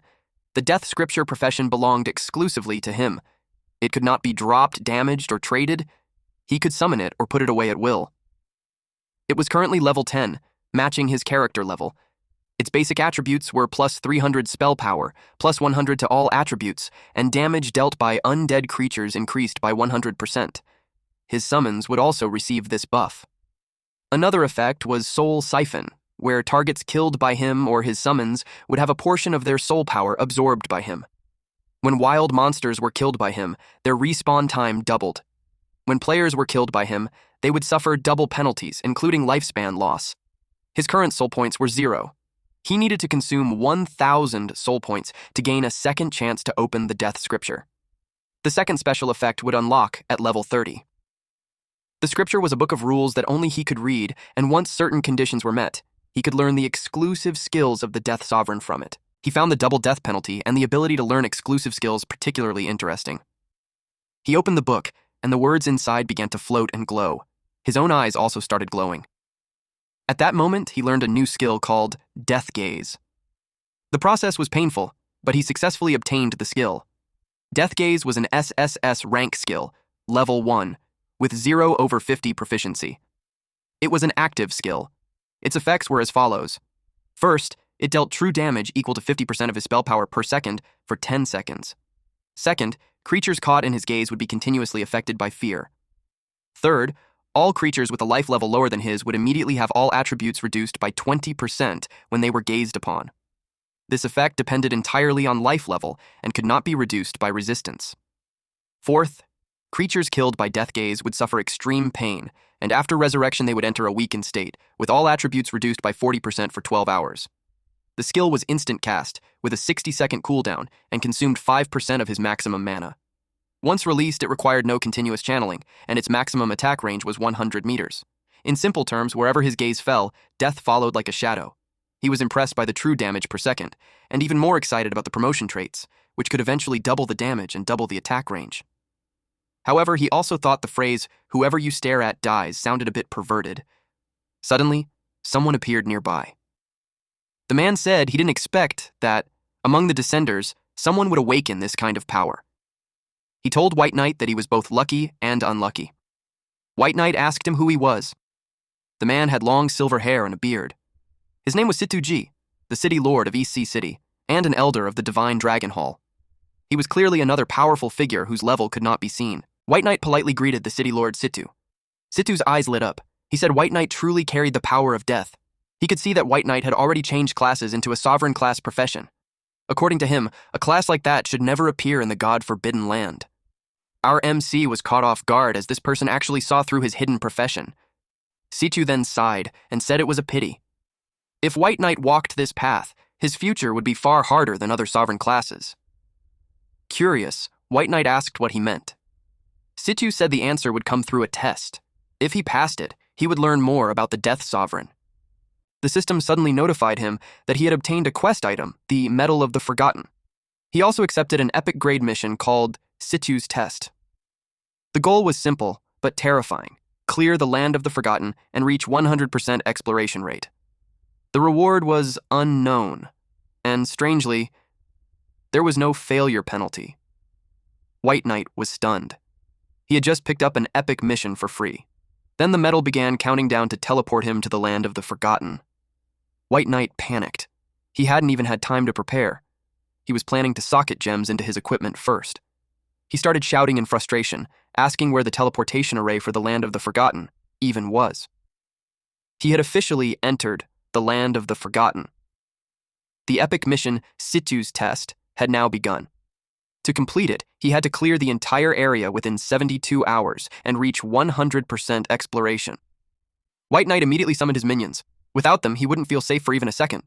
The skeleton mage appeared.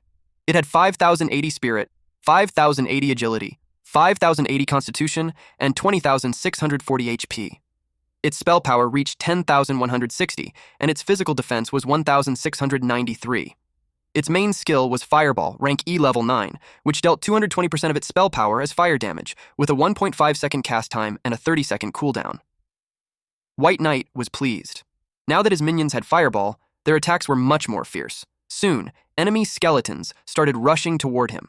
They were level 20 normal monsters with 5,000 HP, 210 attack, 120 physical defense, and 80 magic defense. Creatures like these were everywhere in the Land of the Forgotten. Weak, but annoyingly plentiful. White Knight gave the order: all forces attack. The system notified him that he had killed a level 20 skeleton. He received a 50% level gap bonus, gaining plus 30 experience points. His far ahead skill also activated, giving him an extra plus 6 experience. White Knight frowned a little. He wondered why these level 20 monsters gave less experience than the level 10 wild bison earlier. Still, it worked out for him. There were skeletons everywhere. The system kept notifying him again and again as more level 20 skeletons fell. White Knight then decided to test his new skill, Death Gaze. The moment he used it, the skeletons dropped instantly. One hit was enough. He was impressed. The skill solved the problem immediately, though it was a bit ironic. Skeletons were already dead, and he was still killing them again. He continued attacking without holding back and quickly refilled his mana. Then he opened the death scripture. It showed 0 soul points. White Knight stared at the screen in confusion. That made no sense. He was certain he had siphoned the souls of the monsters he killed. So where did all the soul points go? Suddenly, a voice echoed through the area. It said that this place was the Land of the Forgotten. When they were alive, they had suffered a terrible curse, and their souls had been locked here ever since. A soul soon appeared and introduced himself as Road, one of the Forgotten. He was a level 20 special elite soul form with 100,000 over 100,000 HP. His soul body was immune to physical damage. White Knight asked what this curse was about. Road explained that souls here could not be collected unless the curse was lifted. Curious, White Knight asked how to remove it. Road pointed toward a nearby pillar of light. When White Knight looked closer, he saw a chained coffin. The top of its lid was broken, and a creepy skeleton with long black hair was peeking out. Naturally, White Knight wanted to take a closer look. When they approached, even his skeleton minions hesitated. White Knight asked what was so strange about the coffin. It was called the Soul-Locking Coffin. It had 1 million/1 million shield value, 1,000 physical defense, and 1,000 magic defense. The system notified him that discovering the coffin increased his exploration rate by 2%. Destroying it would increase the rate by another 3%. However, there was a warning. Once the coffin was destroyed, a terrifying existence would be released. He was advised to act according to his ability. Road quickly urged him to destroy it. White Knight, however, was just curious. He wanted to see exactly how terrifying this thing really was. So he ordered his minions to start attacking. The skeletons rushed forward and slashed the coffin from every angle. Blow after blow landed on the lid. Soon, the coffin's shield bar dropped dangerously low. Road began to panic, saying it was about to come out. But White Knight simply watched with interest. Then it happened. A large and fierce skeleton burst out of the coffin, heavy chains wrapped around its body. This was Neil, one of the Forgotten. He was a level 20 dark gold grade boss, a half-frost lich. His HP reached 1,500,000 over 1,500,000. He had 12,800 spell power, 1,500 physical defense, 2,100 magic defense, and 20% elemental resistance. His abilities included frost-type spells and shadow curse spells. He had clearly been trying to transform into a full lich, but had failed halfway. Neil glared at White Knight in fury. This outsider had ruined his transformation. Rode panicked and told White Knight to run immediately, but Neil suddenly paused. He sensed something inside White Knight's body, a thick and powerful death aura. If he absorbed that energy, he believed he could finally complete his transformation. White Knight raised an eyebrow and calmly asked him one thing. "Who gave you the confidence to think you could do that?" Then he ordered his skeleton squad to attack. The skeletons rushed forward and struck Neil from all sides. Neil didn't look worried. His defenses were extremely high. He believed these weak undead could never break through. Then he smashed several of White Knight's skeletons with brutal force. But he suddenly froze when arrows began raining down from the skeleton archers. Neil stared at White Knight in shock. He demanded to know who he really was to summon so many powerful undead creatures. He quickly raised a frost shield to block the arrows. Then Neil called his own servants. The first was a ghoul, level 20, with 150,000/150,000 HP, 1,960 attack, 800 physical defense, and 700 magic defense. Its skills were Iron Hook Strike and Disease Cloud. The creature looked horrifying, stitched together from pieces of different corpses. The other servants were ghoul minions. They were also level 20, each with 80,000 HP, 1,580 attack, 500 physical defense, and 420 magic defense. Their skill was Gnaw. Their mouths constantly gave off the smell of rotting flesh. White Knight wrinkled his nose. He complained that the battlefield suddenly smelled terrible. So he decided to use his new skill, Death Gaze. The system notified him that Death Gaze had been used on Neil, the Forgotten. Because White Knight's life level was higher than Neil's, all of Neil's attributes were reduced by 40%. White Knight blinked. He wondered if becoming a Death Sovereign had raised his life level. Meanwhile, Neil felt his power suddenly drop. He couldn't understand what had just happened. White Knight didn't waste time. He ordered his minions to deal with the rotten fish and stinky shrimp in front of him. Every enemy had to be wiped out. The undead army attacked relentlessly, dealing continuous damage. As Neil was overwhelmed, he screamed in desperation. He shouted that he didn't want to be forgotten. The system notified him that he had killed the level 20 Dark Gold grade boss, the Forgotten, Neil.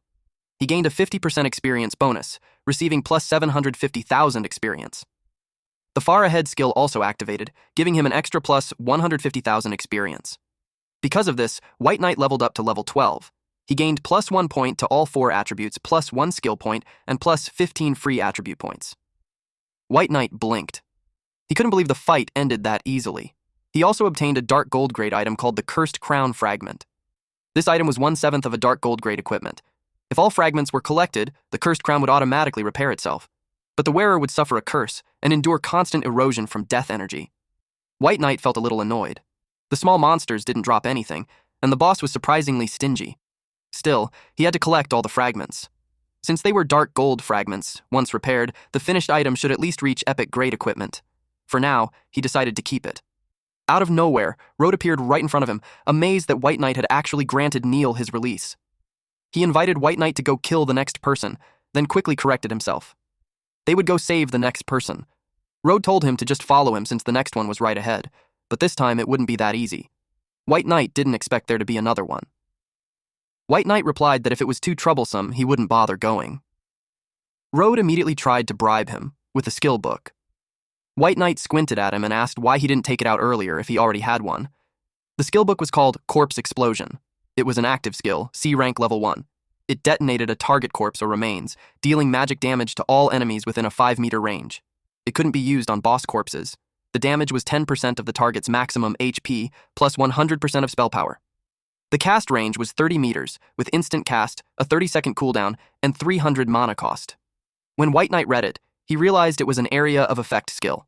He immediately decided to promote it. The skill upgraded into a B-rank skill called Advanced Corpse Explosion. It detonated a corpse within a 10-meter range, still unusable on boss corpses. The damage increased to 15% of the target's max HP, plus 150% spell power. The cast range became 50 meters, still instant cast, with a 30-second cooldown, but the mana cost increased to 600. He used it on an enemy. The explosion burst outward and covered a wide area. White Knight didn't expect the power to be that strong, or the range to be that wide. Road kept praising him, but White Knight ignored the nonsense. He was simply happy to have an AoE skill now. Grinding monsters should become much faster. An hour later, White Knight muttered that the Land of the Forgotten was actually quite huge. Soon he encountered the Forgotten, Walter. This was already his 7th opponent. White Knight used Corpse Explosion on him. Walter refused to die easily. Before falling, he threatened that White Knight would eventually pay the price. In the end, Walter died and dropped loot. White Knight now had 7 fragments. He checked what equipment could be synthesized. Road suddenly yelled at him not to synthesize it, warning that the item would erode him, but the fragments had already begun forming into a crown. White Knight asked Road what nonsense he was talking about. Road stared at the crown with fear and said it was already too late. The system notified White Knight that he had obtained the item Cursed Crown. The fragments fused together and repaired the equipment. His current exploration rate had now reached 50%.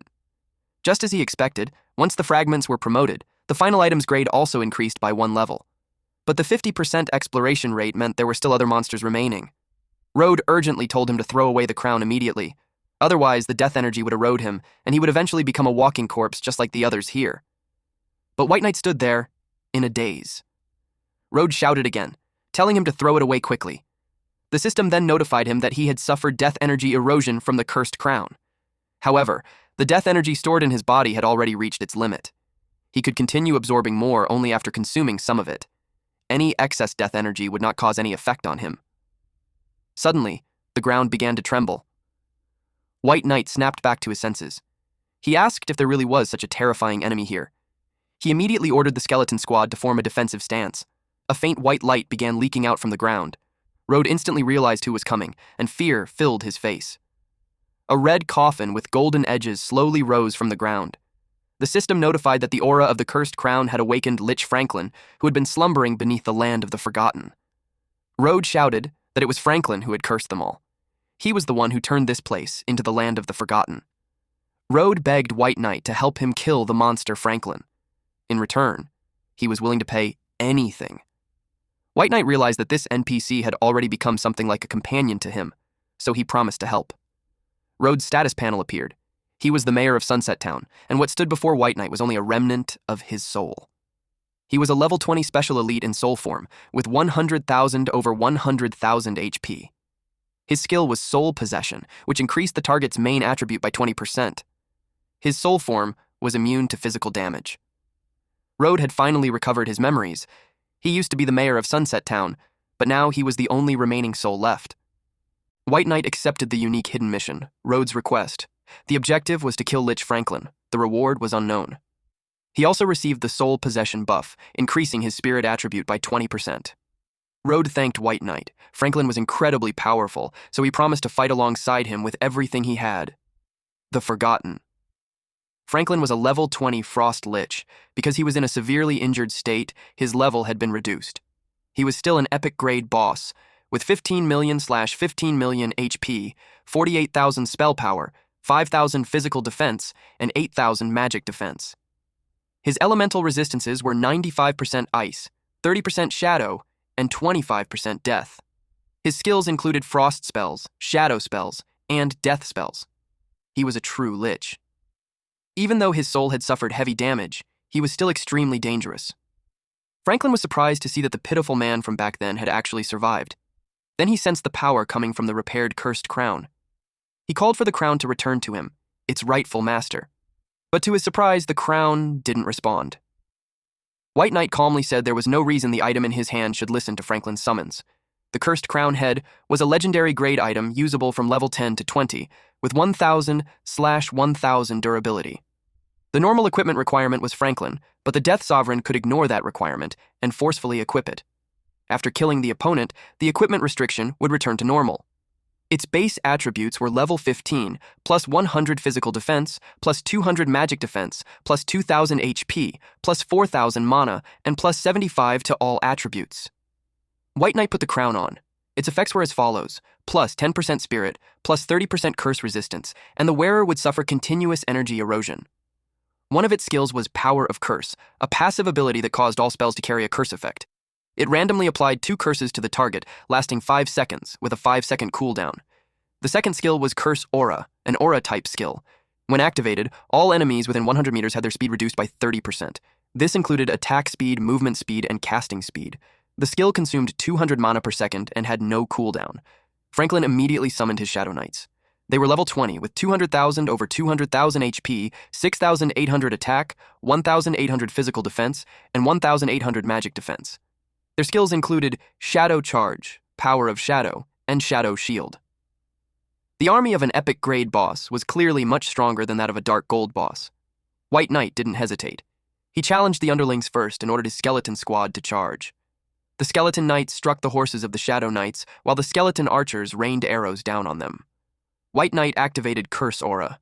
Their speed instantly dropped by 30%. Forget riding horses. At this speed, even a car would crawl like a snail. Franklin could only curse in anger. Meanwhile, White Knight felt quite satisfied. He was now level 15, equipped with 2 legendary items, and the Death Scripture had boosted his attributes significantly. Compared to when he first arrived in the Land of the Forgotten, his stats had nearly doubled. The only disappointment was that the Cursed Crown couldn't be promoted further. Franklin coldly warned him that he was courting death. White Knight replied that he wouldn't even give him a chance to breathe. He immediately used Death Gaze on Franklin. The system judged that White Knight's life level was higher than his opponent's. As a result, the Curse Agony was applied to Franklin, dealing shadow damage equal to 100% of spell power every second for 5 seconds. Franklin was down on his knees. He couldn't believe what was happening. He asked White Knight who he really was. White Knight replied that he didn't need to know. That answer annoyed Franklin. A wretched human dared to insult a great lich. He declared that no matter who White Knight was, he would still be buried in the Land of the Forgotten. A violent tornado burst out of Franklin's chest. He wanted the human dead. On top of that, Franklin wanted our MC's power. He summoned Caucus. This was Caucus, an undead bone dragon. Level 20. It was heavily injured, so its level had dropped. Even so, it was still an epic grade boss. Its health was 20 million out of 20 million. Attack, 12,000. Physical defense, 10,000. Magic defense, 6,000. Death-type elemental resistance, 30%. Its skills were Bone Prison, Bone Spike Hell, and Death Storm. The system notified White Knight that Caxus had appeared, and his exploration rate had now reached 90%. White Knight couldn't believe it. Franklin had actually summoned a bone dragon. Just as he thought, the test given by the city lord of East Sea City was seriously brutal. Caucus unleashed a blazing breath attack at him. The skeletons quickly formed a defensive barrier and blocked the attack for him. Franklin was stunned. Those were just skeleton warriors, yet they managed to block his bone dragon.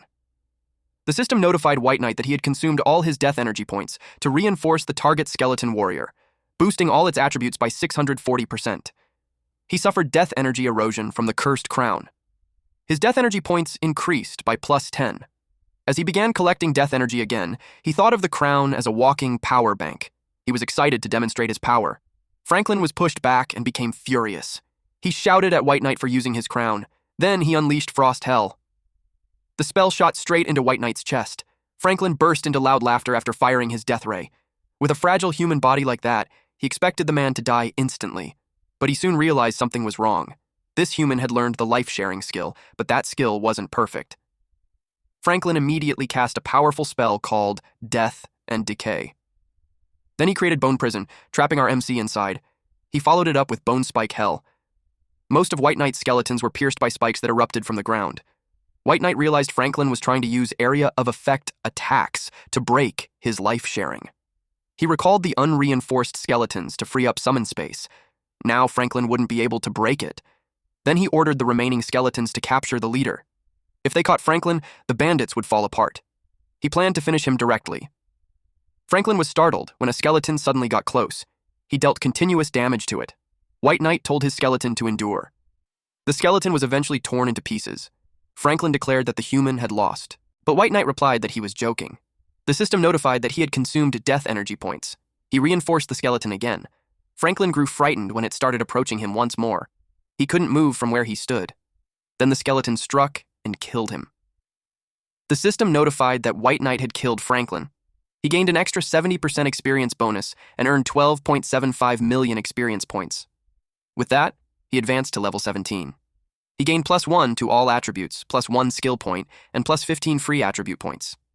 He also defeated the level 20 epic boss, the undead bone dragon, Cacus. He earned a 70% experience bonus and gained 25 million experience points. This pushed his level up to level 19. He gained +1 point to all attributes, +1 skill point, and +15 free attribute points. He also became the first player in the Blue Star Zone to kill an epic grade boss. His reward was +100 to his main attribute, +50 skill points, and 50 intermediate life soul stones.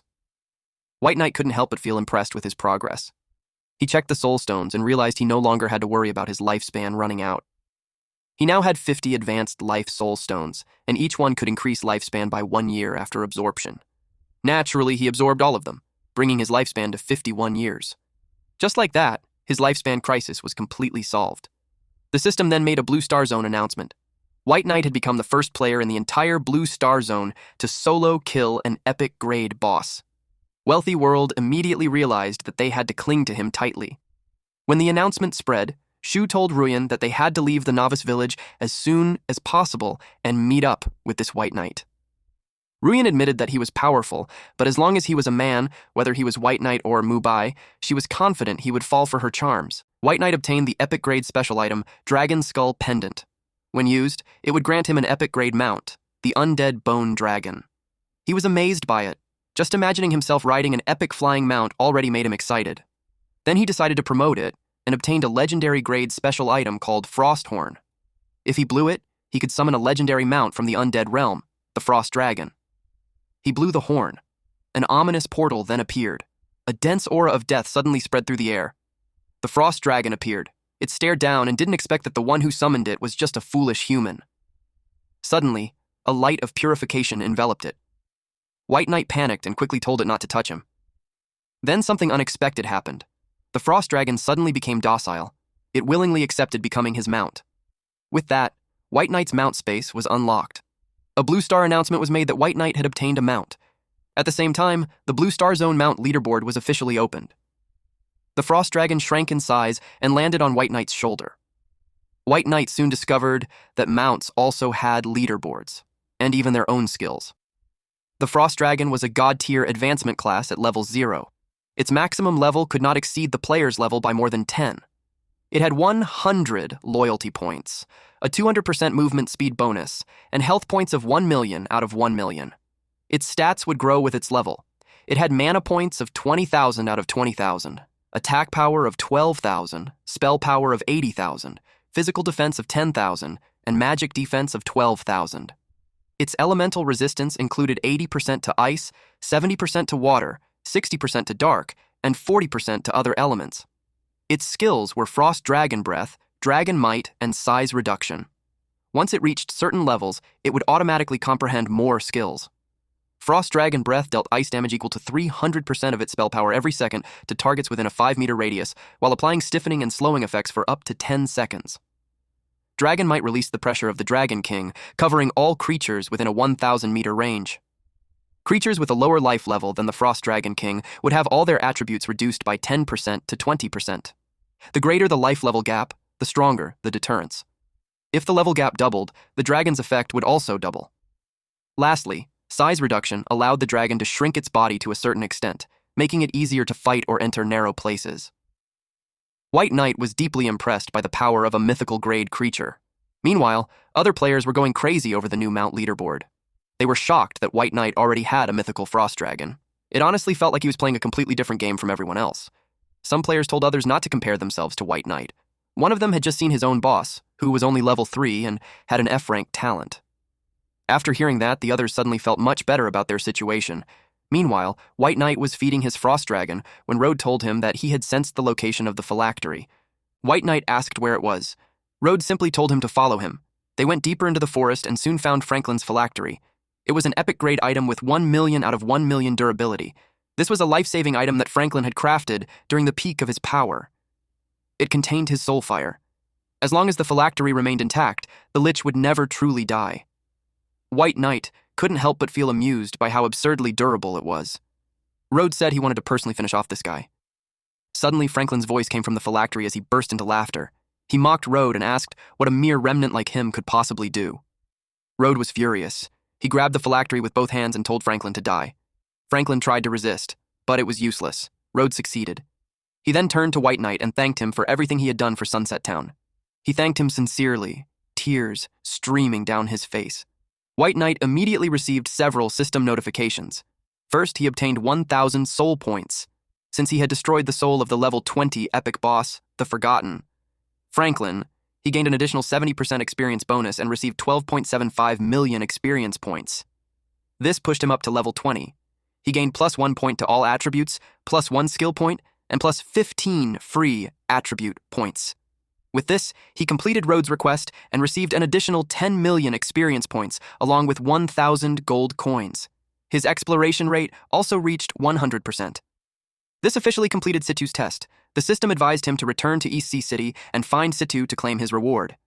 He also obtained 1,200,000 gold coins, 20 level 5 attribute gems, 10 epic grade materials called Millennium Ice Crystal, and 24 basic Destiny Soul Stones.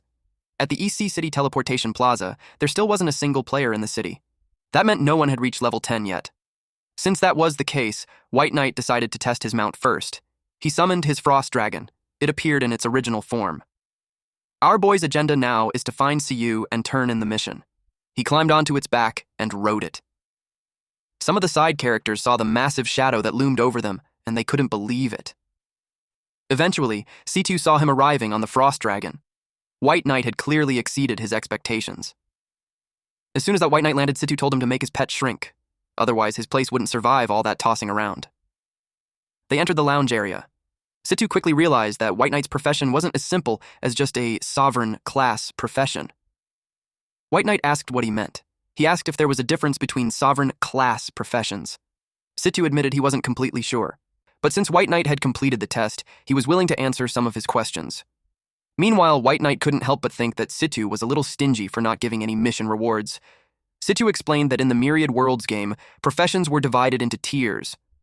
First were normal professions, second were hidden professions and advanced hidden professions. Third were unique hidden professions. And fourth were exclusive hidden professions. White Knight's Death Sovereign belonged to the highest tier, an exclusive hidden profession. Normally, it would have been impossible for someone at his stage to reach that tier. Players only had their first chance to break through at level 29. Even Situ couldn't understand how White Knight had managed to obtain it. Of course, White Knight couldn't exactly explain that it was because of his substitute system, but Situ warned him not to celebrate too early. The stronger the profession, the harder it was to advance. For the Death Sovereign profession to grow stronger, it needed to experience enough death. In the near future, a massive war was destined to erupt in the godforsaken land. The Divine Dragon Hall, which protected the entire Divine Dragon Empire, hoped that White Knight would travel to different nations to advance and conquer their lands. Only then would the human race truly gain the qualifications to step into the Myriad Worlds. White Knight pointed out that the national borders hadn't opened yet. Situ handed him some documents and told him to find a certain person and deliver the letter.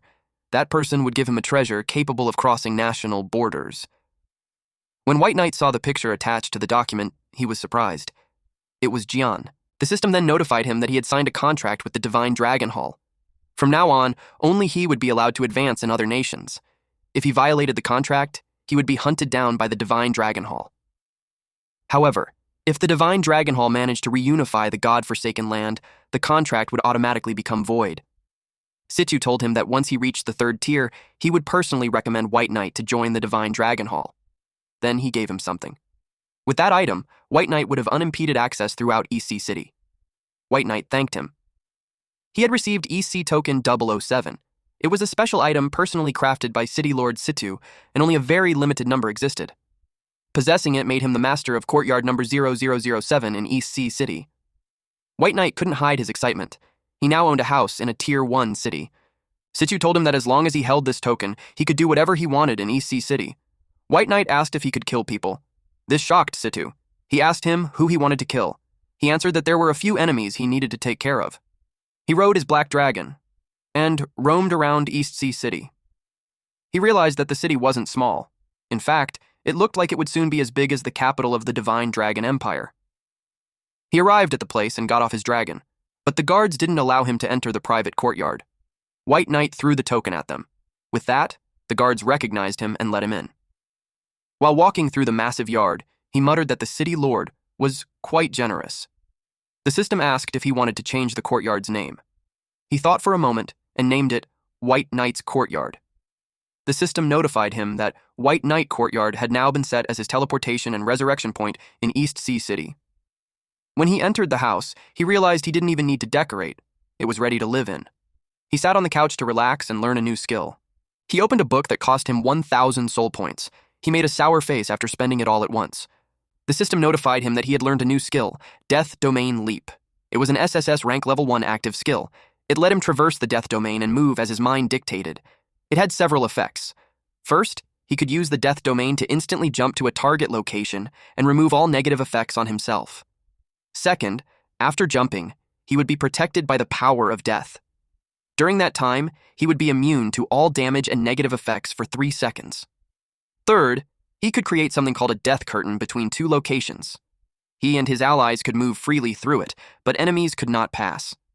Any attacks aimed at the curtain would go straight through it. While the death curtain was active, allies who passed through it wouldn't die even if their health dropped to 0, and they could keep fighting. The skill could be cast instantly. The leap had a 15-second cooldown, used 1% of his max mana, and could reach up to 200 meters. The death curtain had a 120-second cooldown and consumed 1% of his max mana per second while active. It could last up to 30 seconds. After understanding everything, he smirked and realized how useful it was. He thought it was basically teleportation, something he had needed for a long time. He got excited after seeing the skill and said it was another SSS rank ability, calling it awesome. Without wasting time, he decided to test it and created a glowing blue portal in front of him. As soon as the portal formed, he suddenly disappeared, leaving behind a blur where he had been sitting. He suddenly appeared in front of a guard, catching him off guard. The guard was shocked and immediately called out, recognizing him as Lord White Knight. Seeing the guard's reaction, he casually smirked and told him not to be nervous, saying he was just testing a skill. He smirked and wondered if he could use the skill directly into the surrounding space. As he tried it, a glowing blue portal appeared again, and multiple distorted, shadowy figures started getting pulled toward it. The space around them twisted and cracked as the figures were dragged into the portal, like everything nearby was being sucked in by its power. He looked at the result and admitted that it was even stronger than he expected. He realized that this skill could drop the undead legion at a specific location, making it practically invincible. Still, he noted one limitation. The SSS rank skill couldn't be upgraded any further. He decided it was time to go out and earn some money. With a confident look, he raised his hand as blue energy swirled around him, forming a powerful portal. Moments later, we see a woman called out to him, saying that if he had extra starstones in the future, he could come find her anytime. He casually agreed while holding a small pouch in his hand. As he walked away, a guard suddenly appeared behind him, and he quickly hid the pouch behind him. He walked down the empty street happily, because he had just made over 200,000 from buying level 3 to 4 stones, promoting them once and then selling them back and forth. He planned to go to the auction house next and see if there was anything good.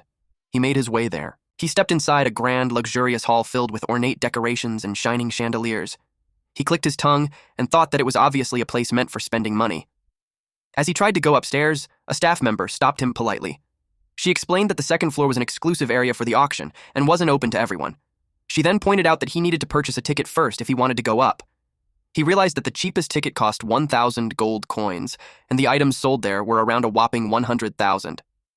It made him curious about how expensive those things were. He held up his token and asked if they would consider that.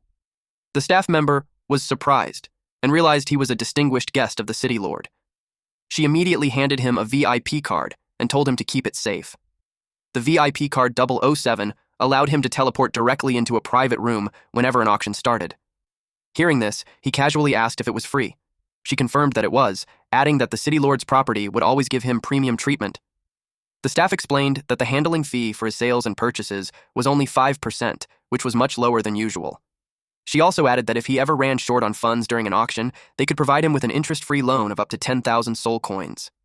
Hearing that, he asked about the exchange rate between soul coins and gold coins. She explained that generally, 1 soul coin was worth 10,000 gold coins. Each soul coin carried a trace of time energy equal to 1 unit of lifespan, which required a special method to extract. As for life soul coins, she said they were minted by powerful individuals who extracted the time energy from their soul coins. He realized that both gold coins and soul coins were tied to lifespan and were extremely valuable currencies. He asked if everything he put up for auction could be exchanged into soul coins afterward. The staff confirmed that based on experience, the final transaction price of each level 1 radiant gem would be around 9 to 10 soul coins. She also reminded him that they would take care of handling the entire auction process, and he only needed to pay a 5% fee. Satisfied, he told her to auction all of his items and convert them into soul coins. She agreed and said she would arrange everything right away. As he headed up the stairs, a notification suddenly appeared, saying he had a new message. Meanwhile, outside, a glowing blue portal suddenly appeared in the open area, catching everyone's attention. People around it looked surprised as shadowy figures began to emerge from the portal. Nearby, a girl excitedly said that this must be East Sea City. She then eagerly asked where they should go to meet Lord White Knight. People in the city suddenly looked up and pointed at the sky in shock. They saw a frost dragon flying above, and everyone was amazed that such a creature existed in East Sea City. Maple Leaf Xiaoxiao knew it was White Knight's mount. Cotton Candy wondered when they would be able to have such a strong mount. White Knight arrived where the group was. Looking at them, he remarked that it wasn't bad and that they were leveling up even faster than Grand Hegemon. The group replied that it was thanks to him since he sold them some equipment. Wealth World apologized, explaining that they were only able to give the remaining payment now. He accepted it casually and said there was no problem, adding that since they were new to East Sea City, they should explore it properly, and he would head off first. As he started to leave, she suddenly called out to him and asked him to wait. He turned around, slightly confused. The woman then told him that she had something he might be interested in and showed him a scroll. He realized that SSS rank talents were indeed not to be underestimated. He was amused at how the money tree could really shake out such good stuff. It was the Scroll of Destiny, a legendary great item. After use, he would gain one chance to roll the destiny dice. Different outcomes could happen.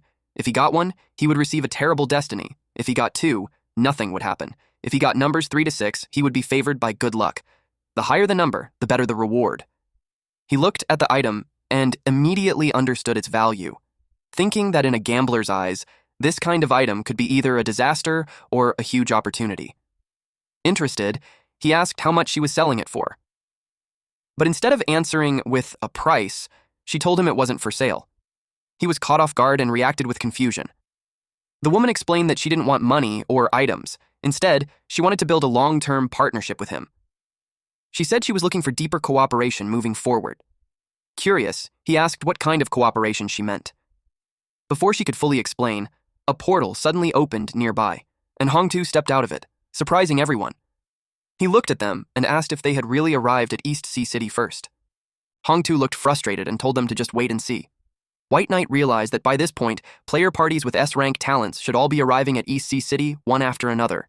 He expected the adulterous couple to arrive soon. Suddenly, someone stepped out of a portal and looked around in amazement, realizing that this was East Sea City and that he had finally made it out of the novice village. Wealthy World noticed that White Knight was distracted, so she asked him why. Suddenly, he summoned several skeleton warriors around him and ordered them to surround the area. The skeletons immediately moved out and spread across the place, following his command. White Knight commanded them to surround the teleportation plaza and not let anyone leave. People reacted in shock. Cotton Candy was shocked that the skeletons were all summoned by Lord White Knight. Wealthy World told the others not to move, saying that he clearly had his reasons and that they should just observe for now. Meanwhile, the people surrounded by the skeletons started panicking. They shouted at White Knight, asking what he was doing and why they were being targeted. Some of them demanded to be let out immediately, while others complained that their attributes had suddenly dropped by 20%. He raised his hand and calmly told everyone not to panic. He said he just needed them to cooperate with him on one thing. Then he explained that if anyone wanted to leave, they could exit through the outlet one at a time. But instead of calming down, some people got angry. They started shouting at him, questioning who he thought he was, and mocking him, even threatening him if he kept acting that way. In an instant, a sharp flash cut through the air. Those two men fell instantly. The others were shocked, unable to see what had just happened. They panicked, saying they didn't even catch the attack, while one of them feared that the attacker must have extremely high speed or power. White Knight glared at them and asked if there was anyone else with objections. He rode his frost dragon, and the crowd fell silent. He decided that it was time to begin. His undead army surrounded the area in a perfect circle. He told everyone that those who had no issues could leave through the portal. They formed a line and exited in an orderly fashion. Internally, he knew he would find the people he was looking for. Suddenly, a man named Rising Sun in the east and a woman named Mortal World Misty Rain arrived. They were confused about what was happening. The man in front of them told them that a big shot was looking for someone. The two who had just arrived looked up in shock. Mortal World Misty Rain confirmed their suspicion. Rising Sun in the east realized that Sumubai was White Knight. Their voices were familiar to White Knight, so he recognized them easily. He had been waiting for them to appear, and finally they did. Shu told Ruyan that whether they could continue enjoying the various worlds depended on her now. She smirked, believing that it would only take minimal effort to handle Sumu Bai. With tears at the corner of her eyes, she ran up to him, calling him by his real name. Seeing this, he lowered his gaze slightly and smirked, already prepared for what was about to happen. White Knight told everyone to disperse and clear the area. People were curious and wanted to watch, but they also feared for their safety. Ruyan told him that she had a hard time finding him, and he calmly replied that it was quite a coincidence since he felt the same. Shu spoke up, saying that she had practically turned the entire novice village upside down looking for him. He asked if that was true. Shu even stated that he wouldn't deceive him, but Sumu Bai knew how arrogant he was when he pulled off his oxygen mask that day.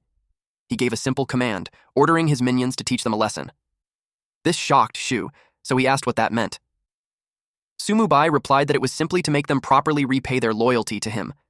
Then, without hesitation, he commanded his undead to act, telling them to hack him to death as the skeletons rushed in to carry out the attack. One person in the crowd wondered what he was doing and if he was really planning to kill Shu. Shu was left bruised and bloodied. Sumu Bai asked him how it felt to die. He stood there, surrounded by dark, overwhelming energy, his eyes glowing red. In a cold voice, he asked if he wanted to experience it himself. A sudden slash cut through him. Ruyan received a system notification announcing that Rising Sun in the east had been eliminated by White Knight. She couldn't believe that Sumu Bai had killed Shu. And now it was her turn. He asked her why she was staying so far away from him when she had just said she had been looking for him all this time. She was trembling with fear. Internally, she wondered how much he knew, or if he knew everything. Wealthy World told White Knight that they should go since the city guards were already there. The guards told White Knight that his commotion was too loud. White Knight told Wealthy World that he would be fine and that he would contact them later. She told him that they would be leaving first. He apologized for causing trouble. The armored man responded politely, saying that although he was an esteemed guest of the city lord, the disturbance was quite large and difficult to explain to his superiors. Hearing that, he calmly reassured him, saying there was no need to worry since he'd already found the people he was looking for and everything would be over soon. He summoned his dragon, which surprised Ruyan. He suddenly grabbed Ruyan and pulled her along without hesitation. With a firm and serious tone, he told her they weren't done yet. Then, moving quickly with dark energy surrounding them, he told her to follow him to the resurrection hall. One of the armored men watched as the dragon flew off into the distance. He realized that the situation was escalating and that they might cause trouble at the resurrection hall next. Deciding to act, he ordered his men to head there immediately. He reassured them that it was a busy downtown area, so they just needed to maintain order and not worry about anything else. The knights responded firmly, ready to move out. At the resurrection hall, Shu was revived in front of a large angel statue. A system message appeared, stating that the resurrection was successful, but it cost 10 years of lifespan. Frustrated and angry, he cursed Mubai, blaming him for what had just happened. Shu arrived at the resurrection hall, and Ruyan was making a fuss trying to explain things to him. He shoved her toward Zhao Shu while asking him how it felt to experience death.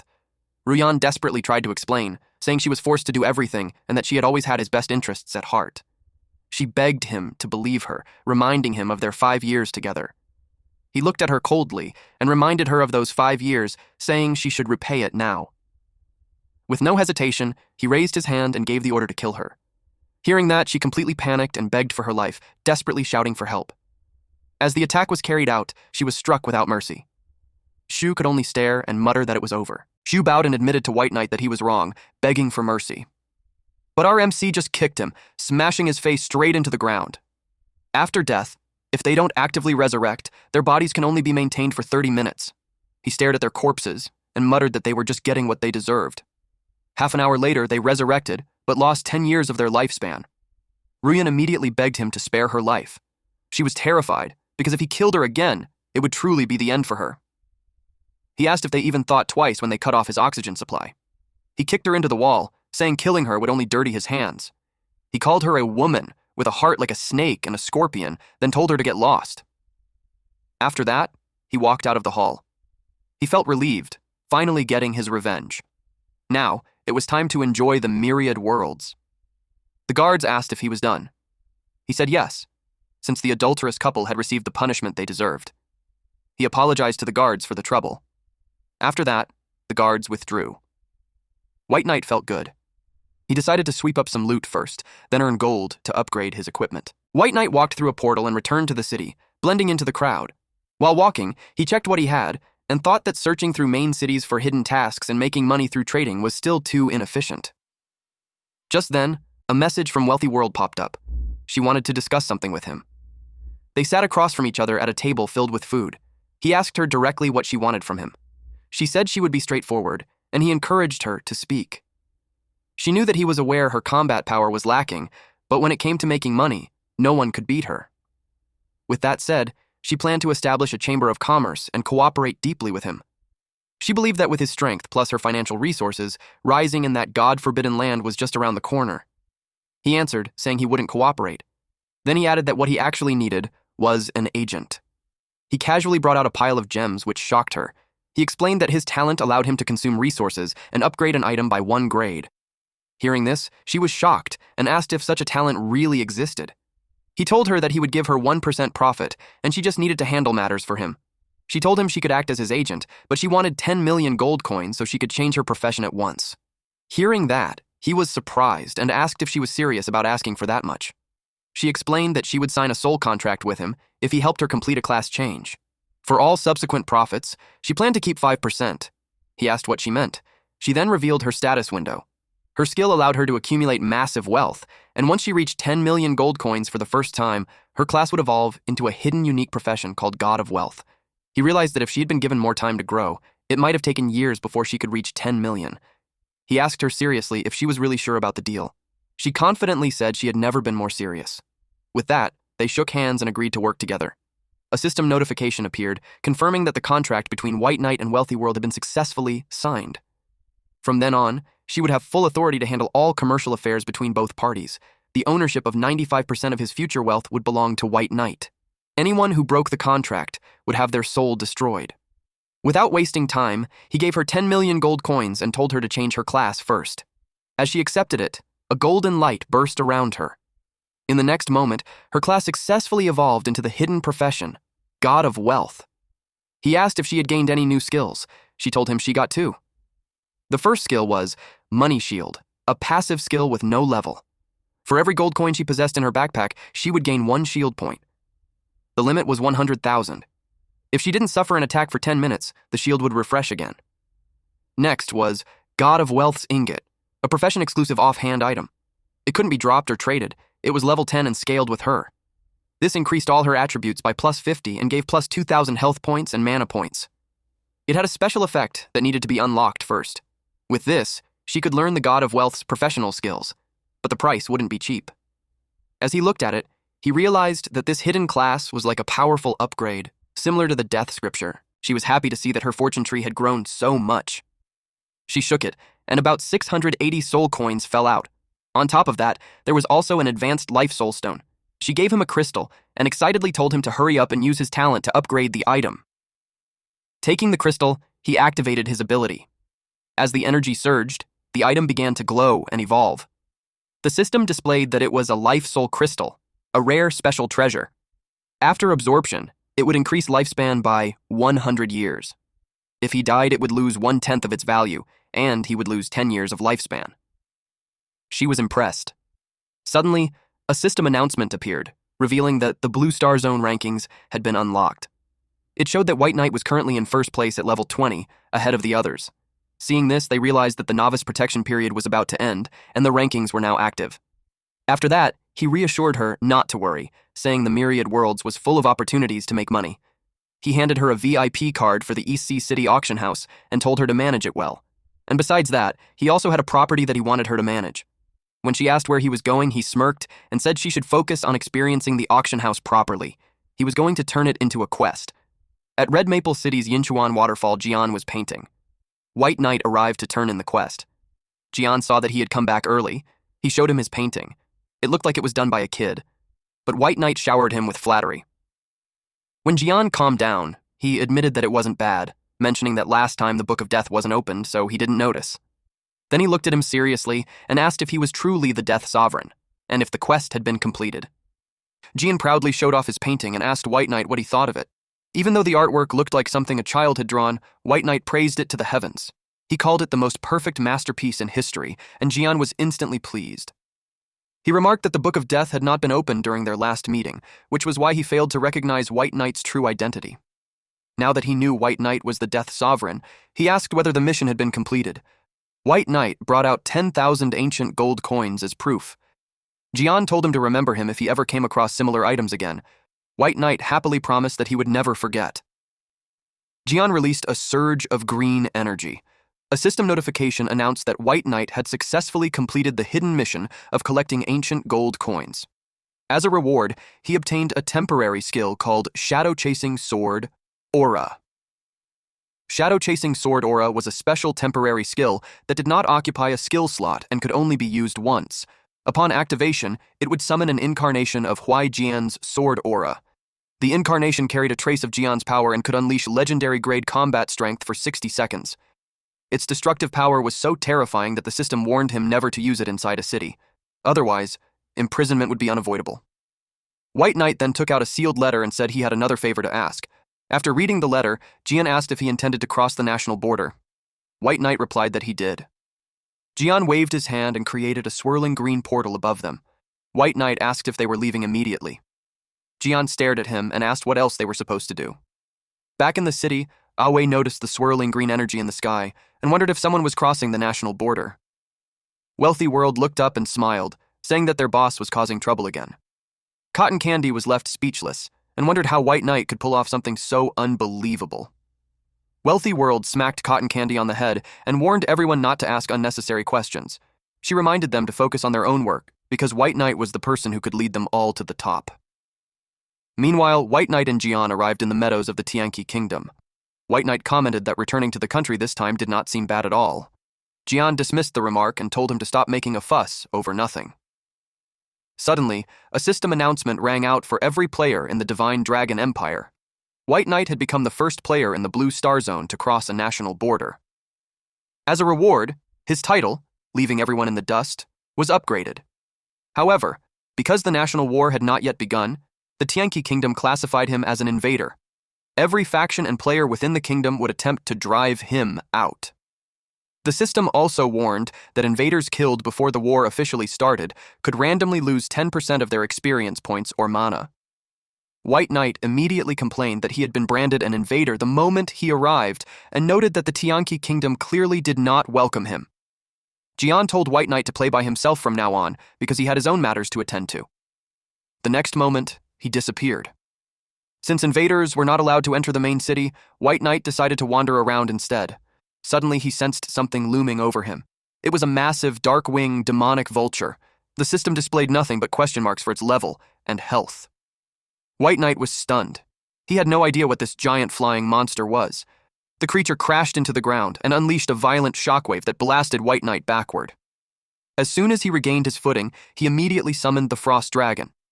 A massive black-scaled dragon materialized in the sky and released a deafening roar. The dark-winged demonic vulture had 2 heads, and each one unleashed destructive purple energy. The Frost Dragon answered with a blast of freezing blue breath, since neither attack gained the upper hand. The dark-winged demonic vulture took to the air and raised its leg instead. White Knight ordered the Frost Dragon to charge forward. The dark-winged demonic vulture closed in on the Frost Dragon, as if it intended to kick it, but at the last moment it slashed with its claws instead. White Knight was relieved that after upgrading Death Leap, its range had increased to 1,600 meters. The dark-winged demonic vulture stared at them with furious red eyes. White Knight decided to give it a little surprise. Multiple portals opened across the sky as undead soldiers poured out from within. The vulture was visibly taken aback. White Knight looked forward to seeing the dark-winged demonic vulture crushed to death. Deciding he was done playing around, he mounted the Frost Dragon and left. In the south suburbs forest outside Lijing City, a group of men had gathered. They were searching for White Knight. They shouted about fighting him to the death and swore to teach the invader a lesson. One man proudly declared that they would show him the true strength of their regiment. White Knight called out to the trash. He summoned his undead soldiers to deal with them. The men were shocked to see so many elite bosses appearing in the suburbs. One skeleton warrior raised its broadsword high into the air. The undead warrior brought the blade down in a heavy slash, cutting straight through an enemy. Terrified by the overwhelming power, the remaining fighters screamed for everyone to run from the skeleton warriors. Players gathered outside the city and eagerly discussed the bounty on White Knight. Nobody knew what White Knight looked like, or even whether he was a man or a woman, but everyone wanted to claim the kill for themselves. A group of players questioned a survivor about what had happened. The man explained that he had been attacked by 3 massive skeleton warriors. Moments later, a system prompt informed him that White Knight was the attacker. The crowd was stunned and wondered how a divine dragon summoner could possibly summon skeletons. An elderly man reasoned that White Knight had to be incredibly powerful if he could kill an S-rank talent user in a single hit.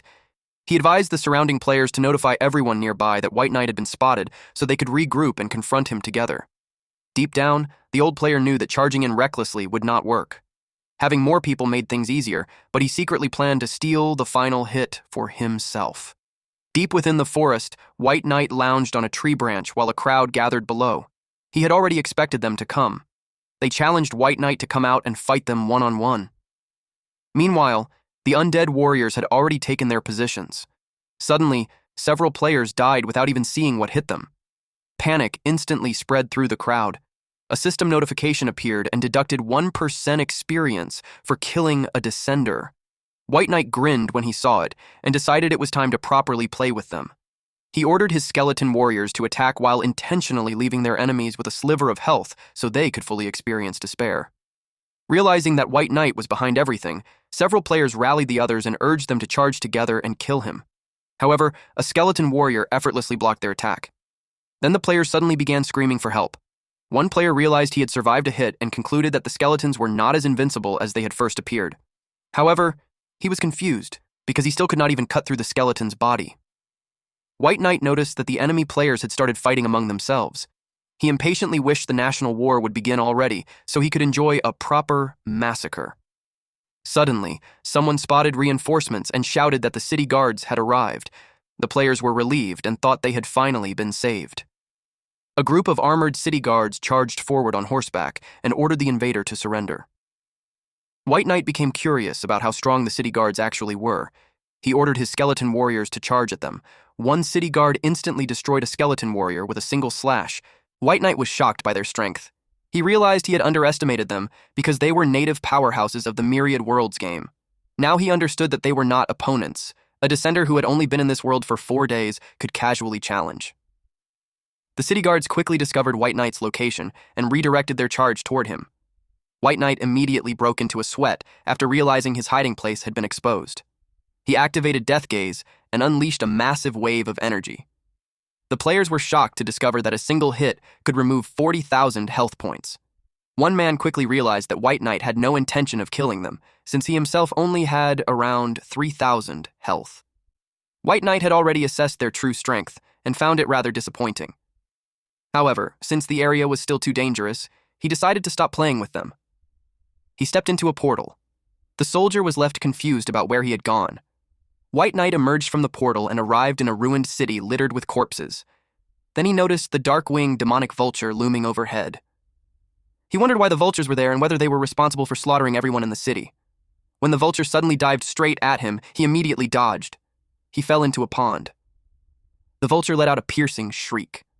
At that moment, a group of armored soldiers riding flying mounts arrived. One of them spotted the dark-winged demonic vulture and immediately ordered everyone to stay alert.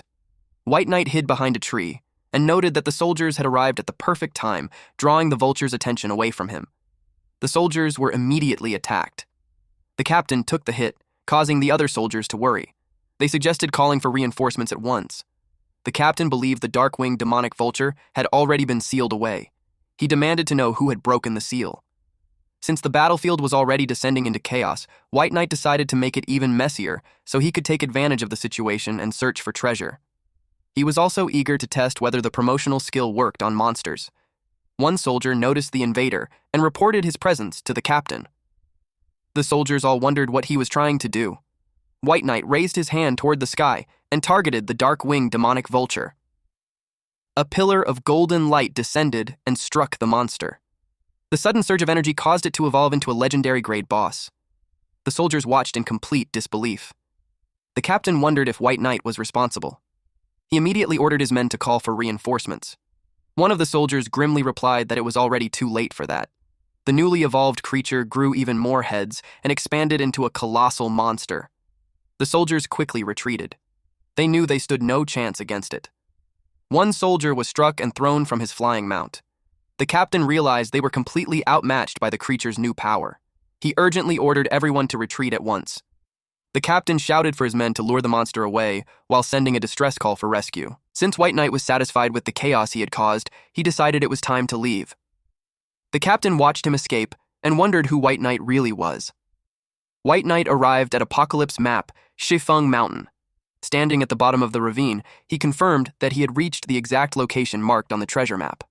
After looking around, he noticed that there were no elite monsters guarding the treasure chest. As he stepped forward, a system notification informed him that he discovered an unlocked dark gold-grade treasure chest. He was immediately delighted.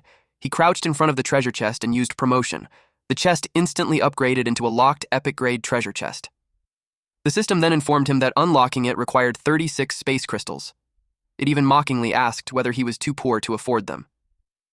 White Knight was annoyed since he had wanted to open it for free, only to discover that it was now locked. He wondered what exactly a space crystal was. He sent a message to Wealthy World, instructing her to ask the auction house manager about space crystals and purchase 36 of them.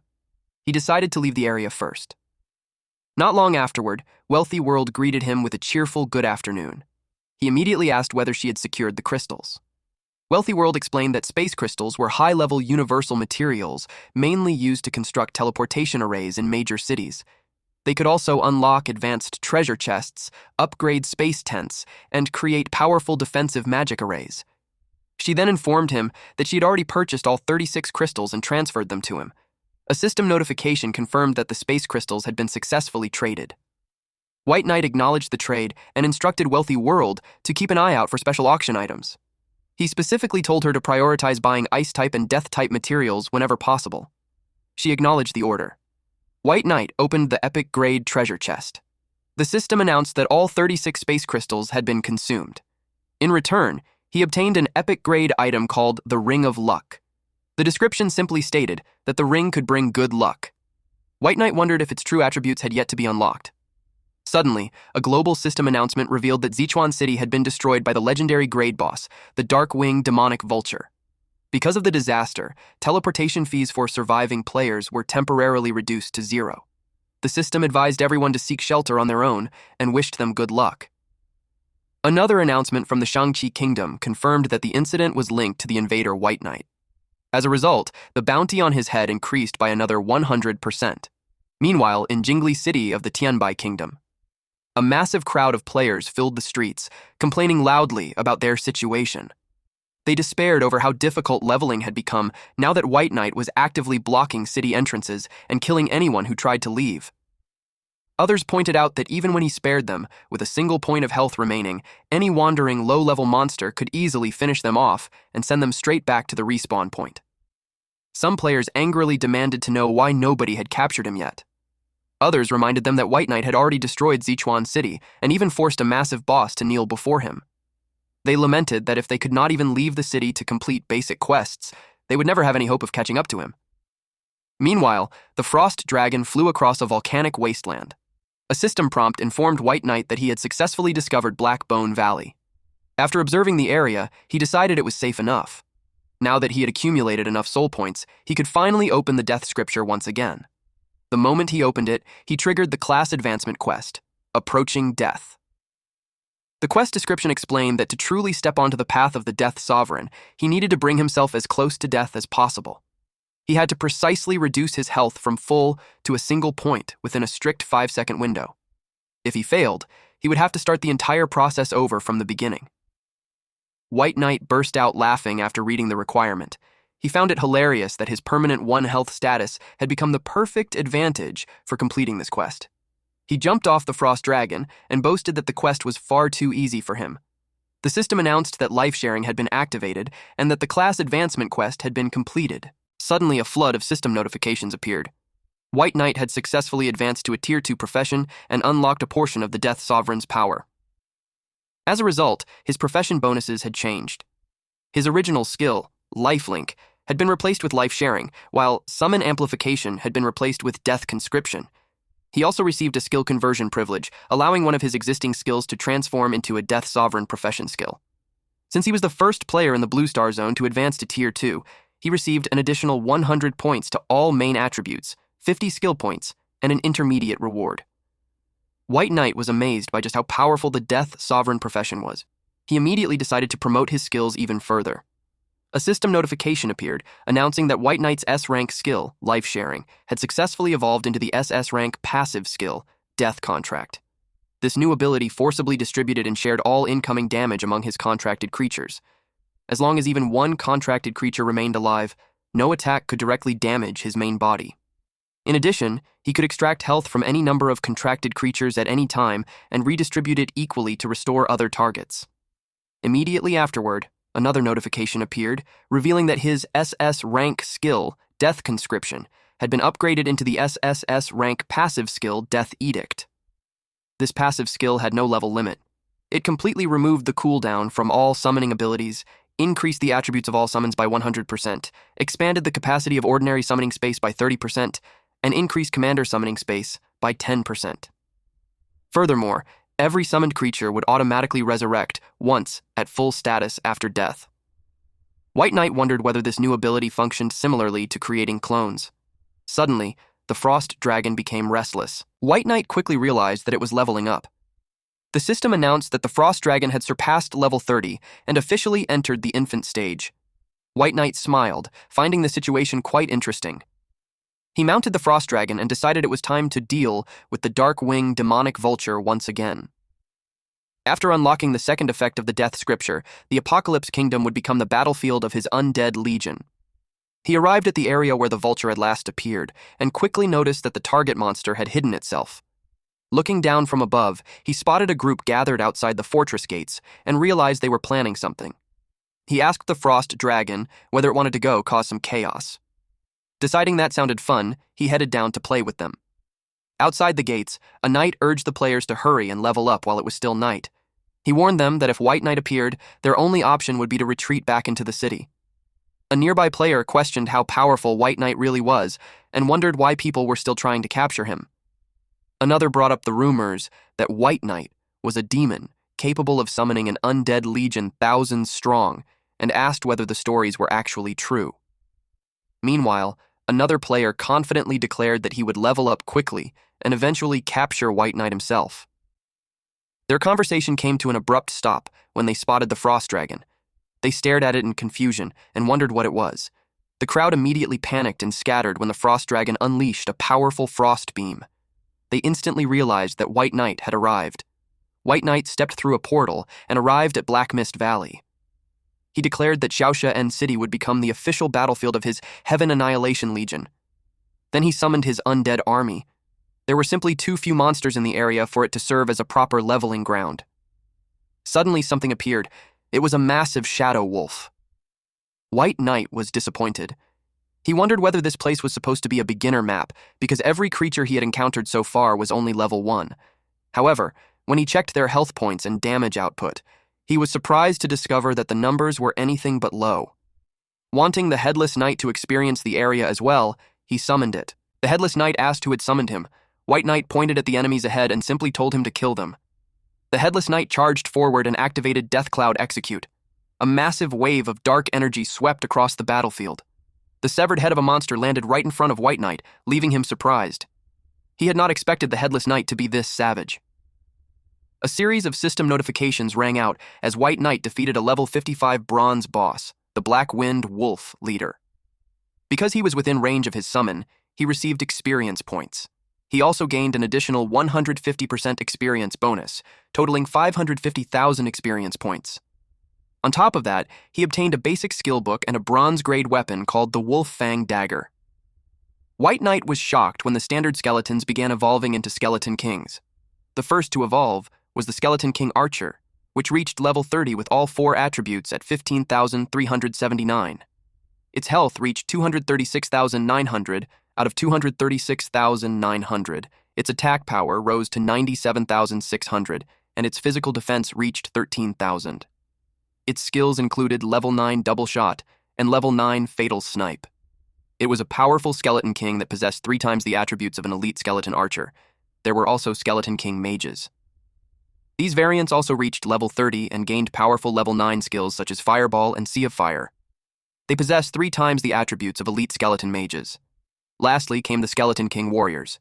They also reached level 30 and gained level 9 skills such as Heavy Strike and Wild Charge.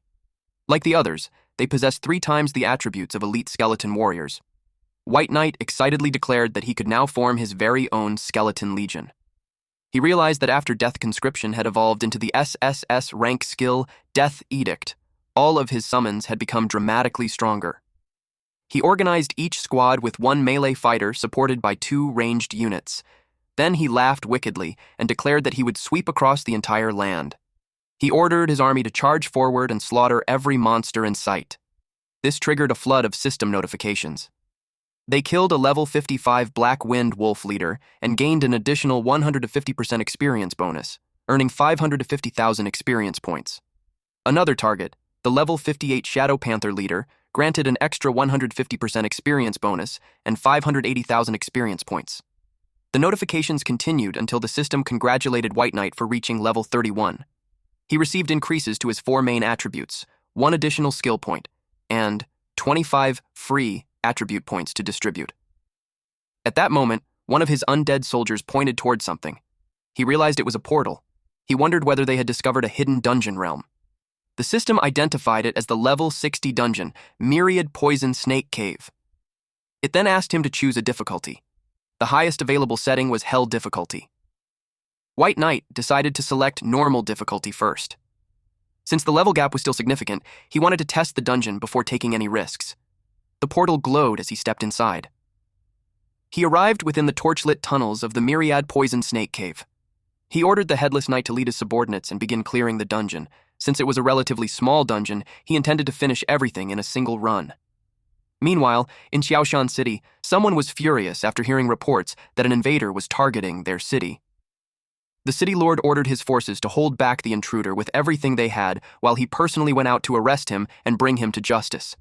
Purple energy flared around him as he declared that he would capture White Knight, claim the king's reward, and secure his future advancement. His subordinates addressed him as Lord Matsumoto. They watched in awe as they praised his incredible power. Suddenly, the frost dragon descended from the sky. The city guards riding on flying mounts were shocked that anyone would dare seek their own death. They mocked White Knight and questioned whether he truly thought the city guards were made of mud. They immediately focused all of their attacks on the frost dragon. A player with the A-rank talent projection excitedly declared that he could finally put his ability to use. Another player planned to activate a live broadcast and stream White Knight's capture across the entire Apocalypse Kingdom. The broadcast began. The live stream chat instantly exploded with viewers cheering for the Apocalypse Kingdom and demanding White Knight's defeat. A system notification warned White Knight that his mount was under attack. He found it unbelievable that they actually dared to target his dragon. Since the dungeon was nearly cleared anyway, he decided to respond. He called for his poison snake monsters. Meanwhile, the frost dragon roared and unleashed a massive shockwave. Lord Matsumoto arrived and demanded that White Knight reveal himself.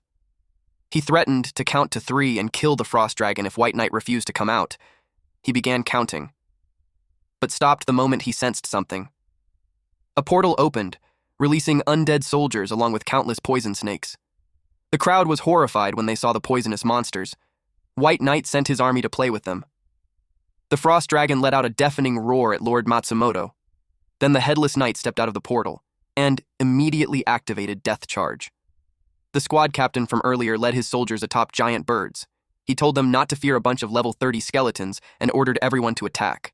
But White Knight had prepared a special gift for them. The Skeleton King warrior activated Death Siphon feedback. The system notified White Knight that 500 death energy points had been consumed. The skill doubled the Skeleton King warrior's main attributes. At the same time, White Knight suffered slight death energy erosion from the cursed crown, causing his death energy to increase slightly. Empowered by the Death Siphon feedback, the Skeleton King warrior unleashed Heavy Strike. The squad captain scoffed at White Knight's level and remained confident. He believed that no matter how large the skeleton was, it could never withstand his full power attack. He proudly declared that he was a level 60 powerhouse.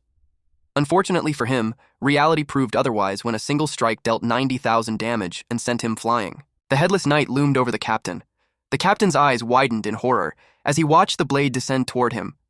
Then Fatal Snipe was unleashed, An arrow pierced through his chest and dealt minus 452,400 damage. He was completely stunned. He immediately charged forward in desperation. However, his attack only dealt minus 461 damage. The surrounding players were horrified. A high-ranking city guard captain could only inflict triple-digit damage against a single skeleton. Terrified by the creature's absurd strength, they realized that if even a summon was this powerful, White Knight himself had to be an absolute monster. Panic spread as they scrambled to flee. White Knight explained that Death Contract allowed all of his summons to equally share incoming damage. Combined with the skeleton's already ridiculous defense and more than 20 undead splitting the damage, it no longer mattered how powerful the enemy was. There was simply no way for them to break through. The captain could only scream in disbelief. The massive Skeleton King warrior erupted with overwhelming blue flames as it prepared to unleash another devastating attack. Lord Matsumoto immediately ordered the city to activate its defensive array and fire every defensive weapon available. He shouted that under no circumstances could they allow the undead army to enter Xiaoshan's city. White Knight merely smirked and wondered how much longer they could keep resisting. The battlefield descended into complete chaos as the defenders desperately called for reinforcements from the royal capital. Meanwhile, inside the secret council of the Apocalypse Kingdom's royal capital, Qi Yaozong, the president of the secret council, questioned his mysterious guest about his intentions. That guest was Huai Jian. Jian casually sipped his tea. He replied that his actions were none of Yaozong's concern. However, moments later, he suddenly ran off, catching Yaozong completely by surprise. He floated into the air, leaving many people stunned as they wondered where this powerful figure had come from and what exactly he intended to do. A messenger urgently reported that Matsumoto Dong, the city lord of Xiaoshan City, was requesting support because White Knight was attacking the city. Upon hearing this, Jian secretly felt proud. The kid had not disappointed him after all. Inwardly, Yaozong wondered which deity they had offended to bring such a disaster upon themselves. He immediately ordered a team to provide support, but Jian made sure they couldn't leave. He told them to stay behind and play with him instead. Then he invited them to experience his sword. Meanwhile, White Knight decided he had played around enough. The Death Scripture had given him a new quest to kill an epic-grade boss, so he headed straight toward it. He wanted to find out what level the boss was. Suddenly, a massive serpent burst out from the depths of the cavern. White Knight immediately ordered his skeleton legion to attack. The giant snake became enraged by the assault. White Knight watched with interest to see how long the boss could survive against his legion. One of the Skeleton King warriors slammed its weapon directly into the serpent, creating a massive shockwave. After noticing the snake's extremely high physical defense, White Knight changed tactics and ordered his summons to switch to magic attacks. Mages unleashed a barrage of blue magical projectiles toward the serpent. The combined assault from the warriors and mages completely overwhelmed the giant snake. The serpent let out a deafening cry of pain. White Knight muttered that no matter how durable a boss was, it had no chance of surviving a siege from his skeleton legion. System notifications appeared one after another, confirming that White Knight had killed the level 60 bronze boss, the Green Scale Snake Leader. He received a 150% experience bonus, worth 1.2 million experience points. The system then announced that White Knight had reached level 42. His main attributes increased, and he gained 1 skill point along with 25 free attribute points. He also received the first clear reward for the Myriad Poison Snake Cave Dungeon, earning 10 random level 3 attribute gems and 1,000 gold coins. A final notification warned that an official Apocalypse Kingdom announcement would begin shortly. White Knight smiled in satisfaction and thought that farming bosses was still the fastest way to level up. He continued deeper into the dungeon. Soon afterward, a global system announcement informed everyone that the invader, White Knight, had claimed the first clear of the Myriad Poison Snake Cave. The announcement sent shockwaves throughout the region. Players stared in disbelief and wondered why an invader who was supposedly besieging Jiaoshan City was instead busy farming dungeon bosses. Many felt both angry and humiliated that an outsider had stolen the zone's milestone first clear achievement. They questioned how White Knight could be progressing so quickly when he had only been in the 30s not long ago. Some wondered if he was secretly a god, while others suspected the game system itself was broken. They lamented that his overwhelming lead made everyone else look like complete jokes. Back in the Divine Dragon Kingdom, the updated leaderboard appeared before everyone. White Knight stood firmly in first place at level 42, while 3-foot Sword Edge remained far behind at level 14. The entire kingdom erupted into heated discussions.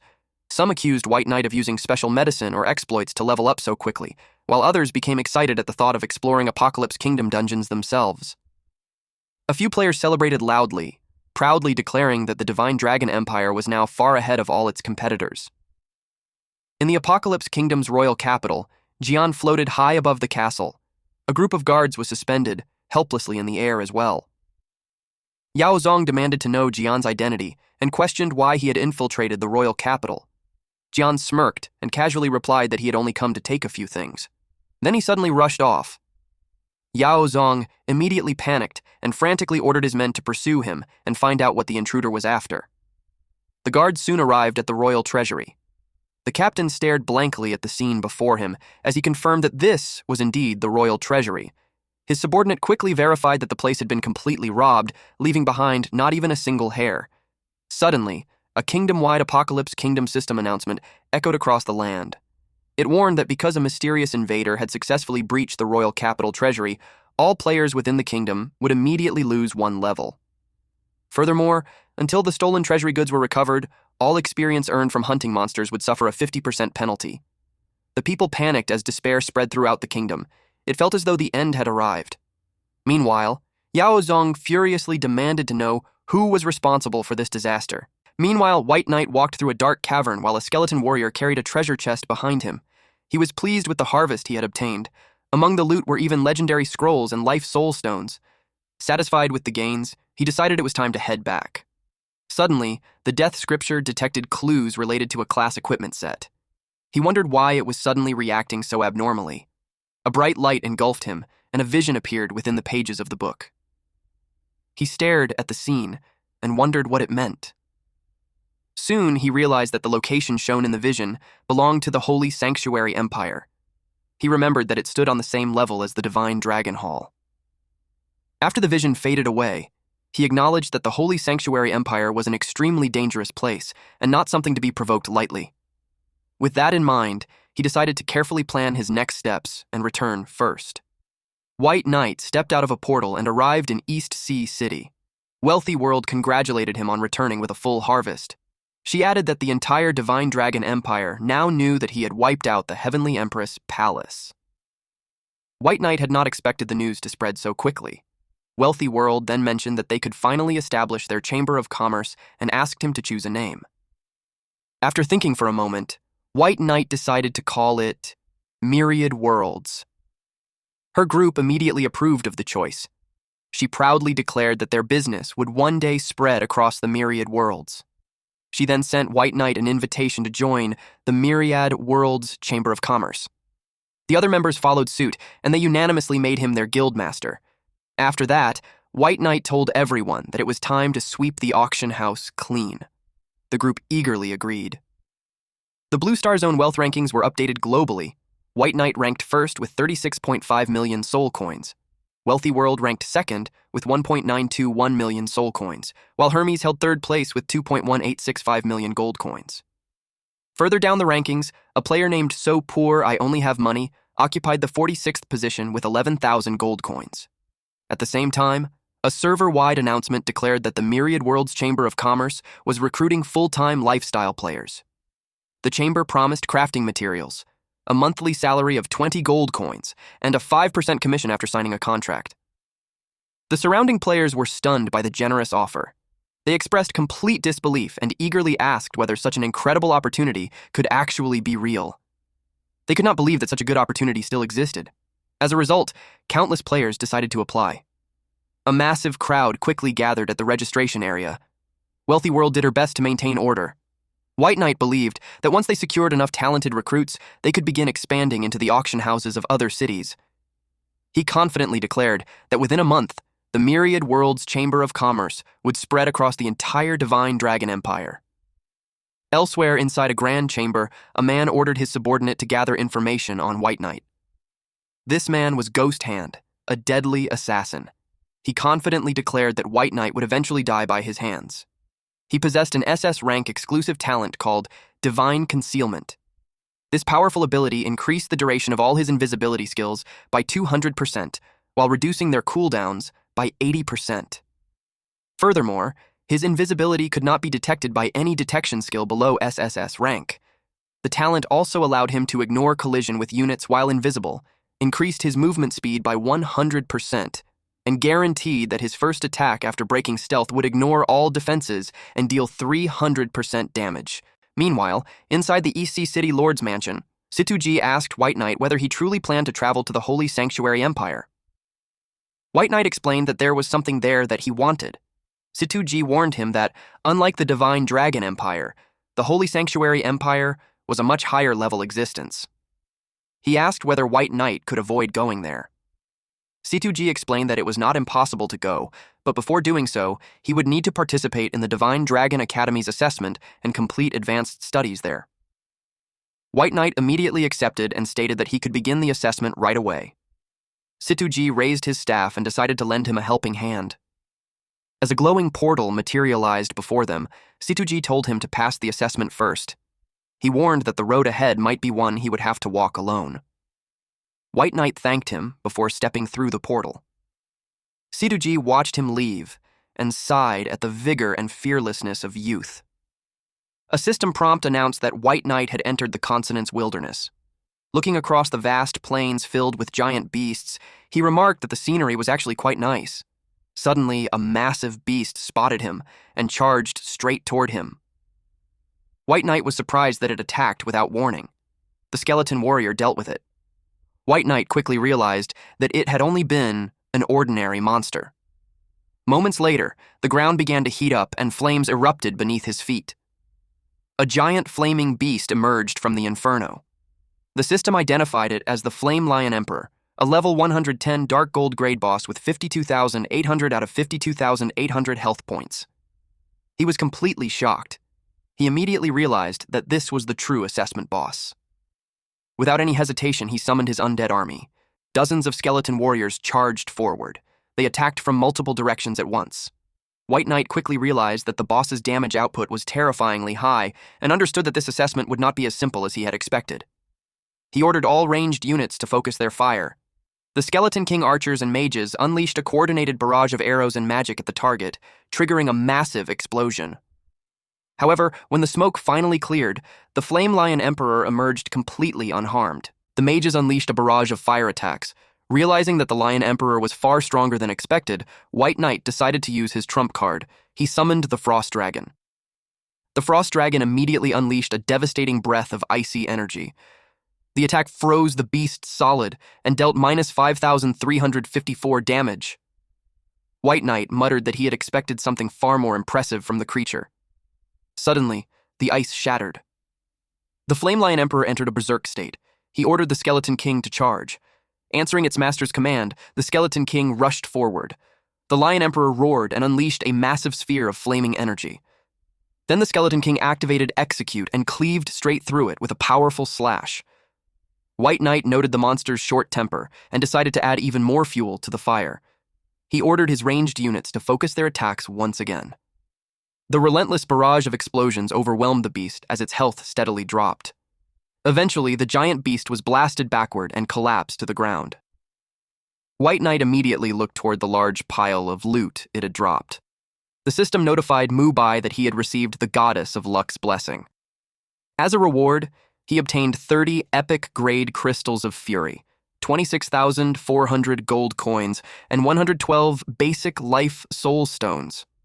Suddenly, someone remarked that passing the assessment in such a short time meant the profession he had awakened must be a hidden one. He introduced himself as the receptionist in charge of new students. The receptionist opened a massive golden portal and congratulated White Knight for passing the Divine Dragon Academy assessment as its 1,709th student. He then asked him to follow him to the academy. White Knight found it amusing that he had passed so easily. At the same time, he was looking forward to seeing just how impressive the Divine Dragon Academy really was. Upon arriving, White Knight stared at the towering structures of the Divine Dragon Academy in amazement. The receptionist guided him through the enrollment process. Then a stout young man approached him and asked whether he was also a new student and what profession he had awakened. White Knight noticed that the young man possessed a hidden profession as well. He immediately realized that nobody who could enter the Divine Dragon Academy was ordinary. He introduced himself as a necromancer. The student status panel identified him as Mad Blood Chenchin, a level 49 blood sacrifice priest. Mad Blood Chenchin looked surprised and asked whether necromancer was a hidden profession. White Knight denied that it was a hidden profession. Mad Blood Chenchin remarked that he must have worked incredibly hard to reach the Divine Dragon Academy with nothing more than a normal profession. The receptionist eventually led them to the dormitory area.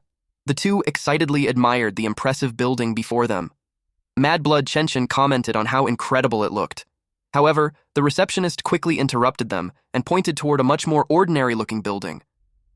He explained that freshmen who had just entered the academy were not qualified to stay in the hero dormitory. Only students who earned a spot on the leaderboard could live there.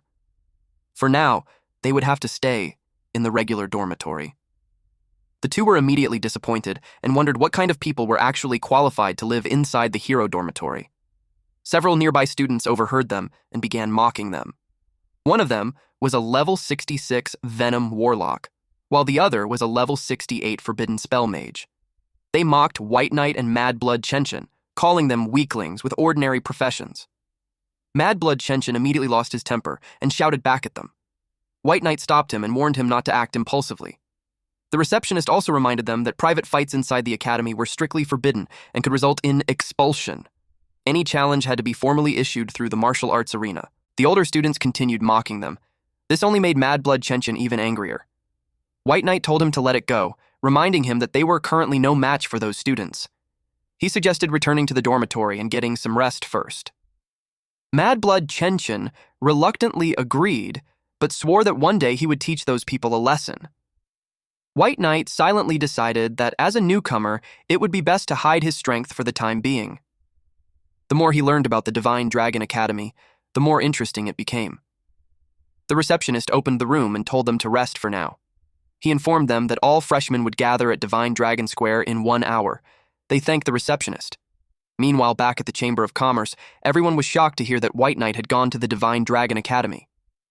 Wealthy World confirmed that White Knight had left everything in their hands and specifically requested not to be disturbed for a while. Cotton Candy remarked that the academy was a place only elite players could enter. Maple Leaf admitted that he was jealous because hidden professions were supposedly required just to qualify. Wealthy World told everyone to stop envying others and focus on leveling up instead, while she took care of the Chamber of Commerce. A massive crowd gathered at Divine Dragon Square as students discussed rumors about the Academy Dean. Standing among the crowd, Mad Blood Chenchin asked White Knight whether he knew anything about the Dean.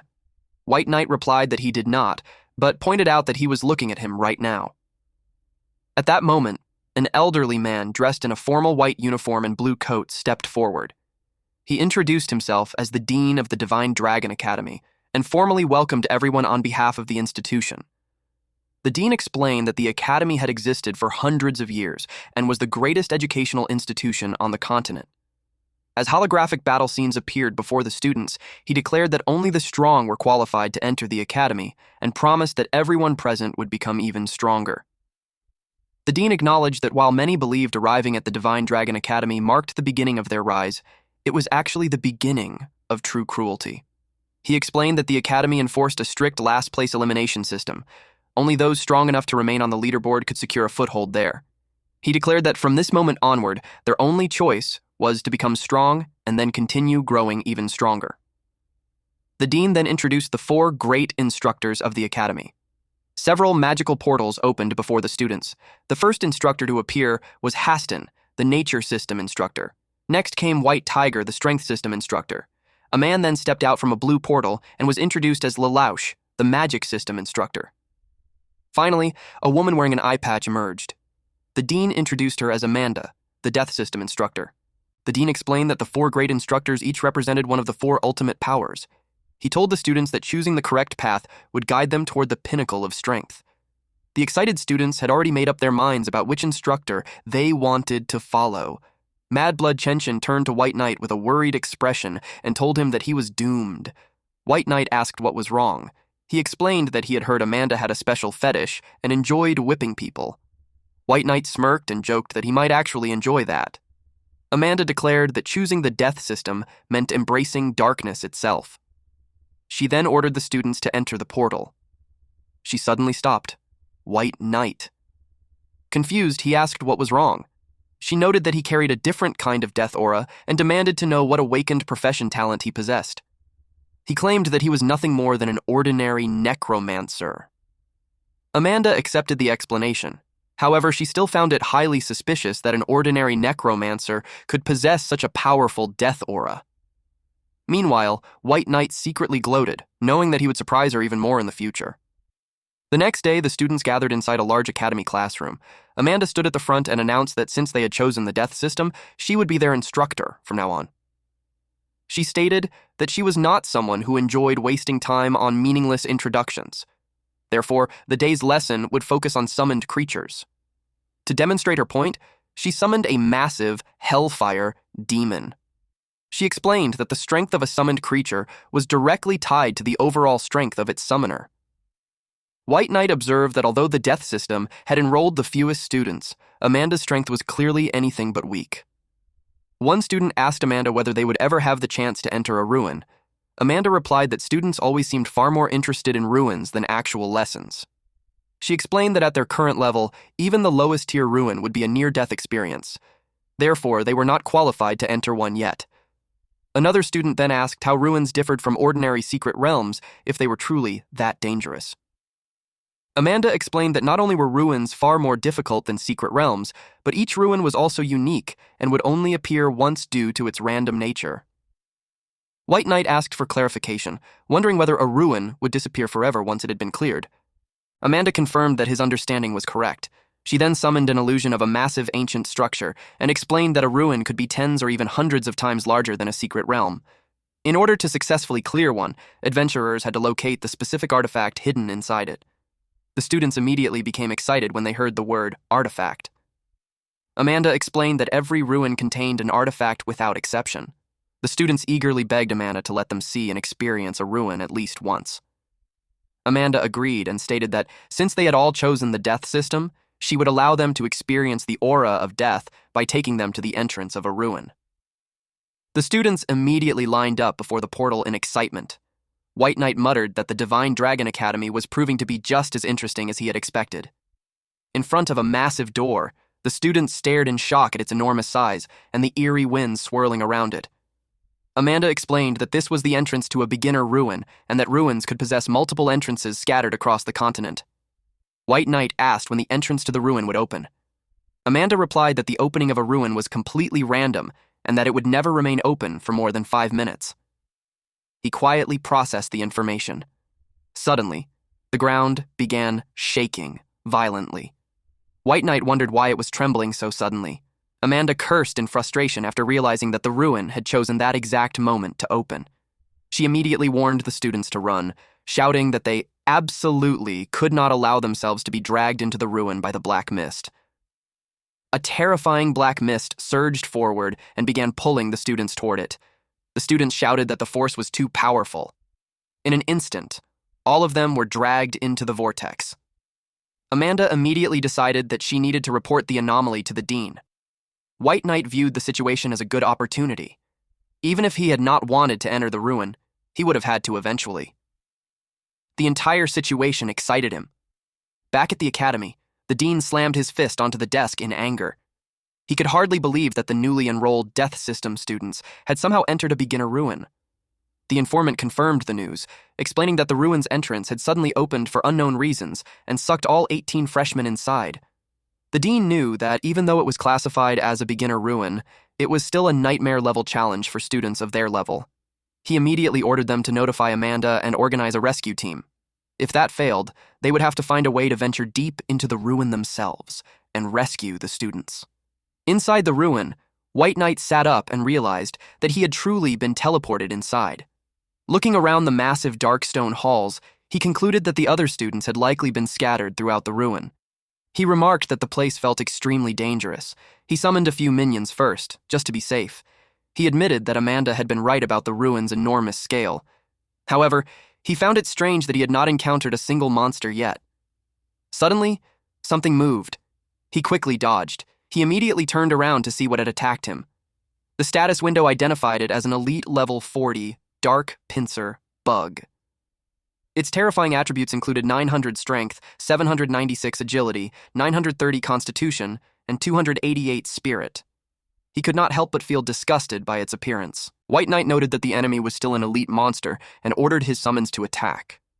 Realizing their numbers were not enough, he decided to call in even more reinforcements. The summoned creatures struck the dark pincer bug, but their weapons bounced uselessly off its body. He was surprised to find that the creature's shell was incredibly hard. He immediately ordered his skeleton mages to bombard the monster with fireballs. The fireballs exploded directly against the monster. White Knight cursed when he saw that even magic attacks did not work. He realized something was seriously wrong. The monster slammed into his forces, shattering the skeletons into pieces. White Knight wondered what kind of monster he was really dealing with. Light flashed as he decided to analyze the monster and find its weakness. He quickly discovered that its weak point was located in its abdomen. He immediately ordered his skeleton archers to focus their fire on the armor plate covering the monster's abdomen. The archers unleashed their arrows and successfully pierced its weak spot. With its defense broken, the monster was forced into a berserk state. A system prompt notified him that its strength had increased, so Mubai prepared something even fiercer in response. He called for the Skeleton King to join the battle. Answering his master's call, the Skeleton King appeared. The Skeleton King declared that the monster should face death. A powerful glowing slash tore straight through the beast. The attack blasted a massive hole through the monster's abdomen. A system notification congratulated White Knight for successfully killing the elite monster, the dark pincer bug, and rewarded him with increased experience points. Another prompt informed him that he had obtained a ruin fragment. White Knight noted that losing only 2 skeleton underlings was a decent trade, especially since he had plenty of summons to spare. White Knight picked up the ruin fragment and recalled that Amanda had never explained what it was for. He assumed it was an item meant to be exchanged for goods, so he decided to keep it for now. Then he noticed a weapon lying on the ground. The prompt revealed that it was a level 40 siege domain greatsword. It was a tier 2 grade weapon that provided a base strength increase of 300 points. Its special effect also granted an extra 300 strength when attacking heavily armored targets, items, or city walls. Mubai remarked that the equipment found inside the ruins had absurd attributes. He planned to mail everything to Wealthy World so she could sell it for a good price. He ordered his underlings to continue exploring and kill any monsters they ran into. He wanted to see just how terrifying the ruins could truly be. Suddenly, another giant bug monster appeared before them. He pointed ahead and ordered the Skeleton King to attack. One of his summons immediately lunged forward and delivered a powerful strike to the creature. His skeleton archers lined up, drew their bows, and unleashed a barrage of arrows. Then the towering Skeleton King stepped forward and brought down a devastating slash. After that, White Knight continued forward. He obtained another ruin fragment after defeating the monster. He suddenly noticed movement in the distance and wondered if there were people nearby. As he investigated, he found dead bodies scattered across the desert and realized people had already begun dying. Upon closer inspection, he noticed that the victims were not students from Divine Dragon Academy. He wondered if other people had also entered the ruins. Suddenly, a group of terrified explorers came running for their lives. They were panicking over peak elite monsters because they knew they stood no chance against them. A panicked man wearing glasses screamed for everyone to run as the monsters closed in behind them. A massive insect monster loomed over them, but White Knight calmly walked toward it and dismissively called it just a bug. He raised his hand and ordered his underlings to finish it off. His powerful legion answered at once, charging forward and obliterating the monster. The people were shocked that White Knight had easily killed the elite pincer bug. One of them commented on how terrifying summoners were. Another replied that it was not just because summoners were strong. White Knight was strong even among summoners. Their relief did not last long because another monster appeared. They immediately started running again. White Knight stepped forward calmly and conjured blasts of fire toward it. The retreating group looked up in shock as massive skeleton mages materialized before them. They could not believe White Knight had those too. One of them commented that his summons were way too strong. Another wondered who White Knight was and whether he came from their academy. But they decided it was best to leave first because the area was far too dangerous. As they rushed to escape, they suddenly came to a complete stop in shock at what they saw. Meanwhile, in another setting, Amanda informed the dean that they had discovered the cause of the accident. The dean demanded to know why the ruin entrance had suddenly opened on its own. Amanda explained that the Black Kill organization was behind it, just like the incident a few months ago. The dean's expression darkened at the mention of Black Kill. He called them nothing but a bunch of human traitors. The dean ordered every member of Divine Dragon Academy to immediately investigate the Black Kill organization. He also told them to form a squad, find a way into the ruins, and rescue the trapped students. Meanwhile, White Knight moved through a dense forest inside the ruins. He was relieved they had run fast enough to avoid becoming bug food for that swarm. He looked around and found the place strange. The trees were unnaturally thick, making the entire forest feel even more unsettling. Then something suddenly caught his attention. Our boy wondered what it was. A massive creature crawled out of the swamp. A system prompt identified it as a level 10 swamp worm with 20 strength, 30 agility, 40 constitution, and 65 spirit. Mubai immediately grimaced. It was just a level 10 regular monster, but it was still ugly enough to ruin anyone's day. He unleashed several blasts of fire at the creature and ordered his summons to deal with it. The area erupted in a series of massive explosions. A system notification congratulated him for killing the swamp worm, increasing his experience points. He also obtained 1 ruin fragment. Mubai laughed, realizing this regular mob was basically a free reward that went down in 1 hit. The worms were weak, but White Knight knew killing them could easily draw out the mother worm. Then, a dark figure suddenly rushed into the area. Mubai quickly turned around and demanded to know who was there. An elf-eared man stepped out of the shadows and introduced himself as Black Robe. The system identified his class as a Death Knight. White Knight could tell he was not from Divine Dragon Academy, so he asked how he had entered the ruins. Black Robe explained that the ruins had more than 1 entrance. Naturally, he could enter too. Our MC asked who he was, pointing out that he clearly was not there to hunt monsters. Black Robe agreed. He said that if Mubai was a student of Divine Dragon Academy, then his mission was obvious. He suddenly lunged forward and declared that his mission was to kill him. Black Robe swung his sword down and unleashed the skill, Dark Slash. White Knight immediately summoned a skeleton warrior. He was stunned when a single sword strike instantly killed one of his skeleton warriors. Black Robe now knew that White Knight was a necromancer. White Knight activated a defensive formation and asked why Black Robe wanted to kill him when they had no grudge against each other. Black Robe admitted that they had no personal grudge. Then he asked if White Knight had ever heard of an organization called Black Kill. White Knight replied that he had never heard of them because he did not usually watch the news. Black Robe unleashed a massive purple energy slash and declared that White Knight would die as an ignorant ghost. White Knight ordered the Skeleton King to intercept the attack. The summon stood firm, determined to protect its master from the deadly slash. White Knight taunted Black Robe, saying he already knew exactly who they were, hateful human traitors who only dared to kill people inside the ruins. Black Robe warned him about the consequences of making him angry. He swore that he would make Mubai wish he were dead. Black Robe declared that killing him would be as easy as stepping on an ant. Then he charged forward with a massive dark purple energy strike. The Skeleton Legion braced themselves to block the powerful attack. The Skeleton King glared down at Black Robe. His sword crashed against the giant summon, leaving him completely stunned. He could not believe White Knight's summons were this strong. This Death Knight had clearly picked the wrong necromancer to mess with. White Knight groaned as he collapsed to the ground. Surrounded by an ominous aura, Black Robe revealed that he was a death swordsman with the ability to respawn. He stabbed White Knight and told him that he could finally die in peace. White Knight replied that he had also forgotten to mention something. He explained that his life-sharing skill made him impossible to kill, even after being stabbed multiple times. Black Robe stared at him in complete shock and disbelief. White Knight coldly declared that he had plenty of ways to take Black Robe's life, and now he was about to use one. With that, our MC activated his death gaze. He told Black Robe that he had forced his hand. He ordered the Skeleton King to finish the job. The Skeleton King obeyed and struck Black Robe down. White Knight walked away, saying Black Robe had brought it upon himself. A system prompt congratulated him for successfully killing the level 48 human death swordsman, increasing his experience. He had also obtained 17 ruin fragments. Back in the academy, a messenger rushed into the dean's office with urgent news. A member of the Black Kill organization had been killed inside the ruins. The dean was stunned when he heard it. Amanda wondered who could have killed a Black Kill member when their own team had not even made a move yet, but the dean suggested that another expert might be helping them. He ordered the messenger to continue gathering information. The messenger immediately accepted. The dean then asked about the rescue team's status. Amanda replied that the rescue team had assembled and was ready to leave at any moment. The dean explained that forcing open the ruin entrance would require several people to help him activate the array. Amanda replied that they had already prepared, but she warned him that opening the array would severely damage his body and he might not recover anytime soon. The dean replied that they had no other choice if they wanted to save the students. He told her to make the final preparations.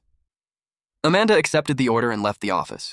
The dean quietly hoped the students could hold on. At the ruin entrance, the dean addressed the assembled rescue team. He reminded them that time was running out and ordered them to bring the students back safely. The team promised to complete the mission.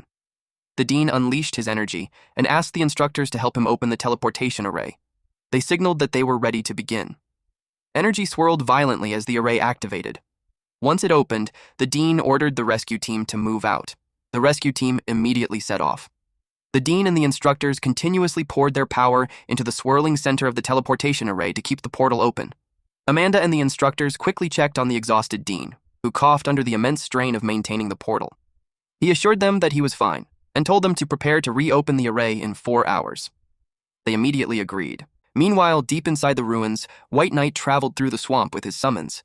He wondered why they kept running into the same type of monster. He recalled that the Death Swordsman had said killing the smaller worms would attract a mother worm. Yet so far, our MC had not seen one. Then a massive shadow suddenly loomed over White Knight. A grotesque giant revealed itself as the level 56 venomous mother worm boss, with 5,680 strength, 4,396 agility, 4,120 constitution, and 1,288 spirit. White Knight was completely caught off guard. The boss appeared right after he mentioned it, and now our boy had to face a boss-level monster with zero preparation. Talk about summoning trouble with your mouth. The enormous boss let out a deafening roar. Its destructive shockwave ripped through the area and instantly shattered White Knight's underlings into pieces. He was stunned that a single roar was enough to destroy his summons.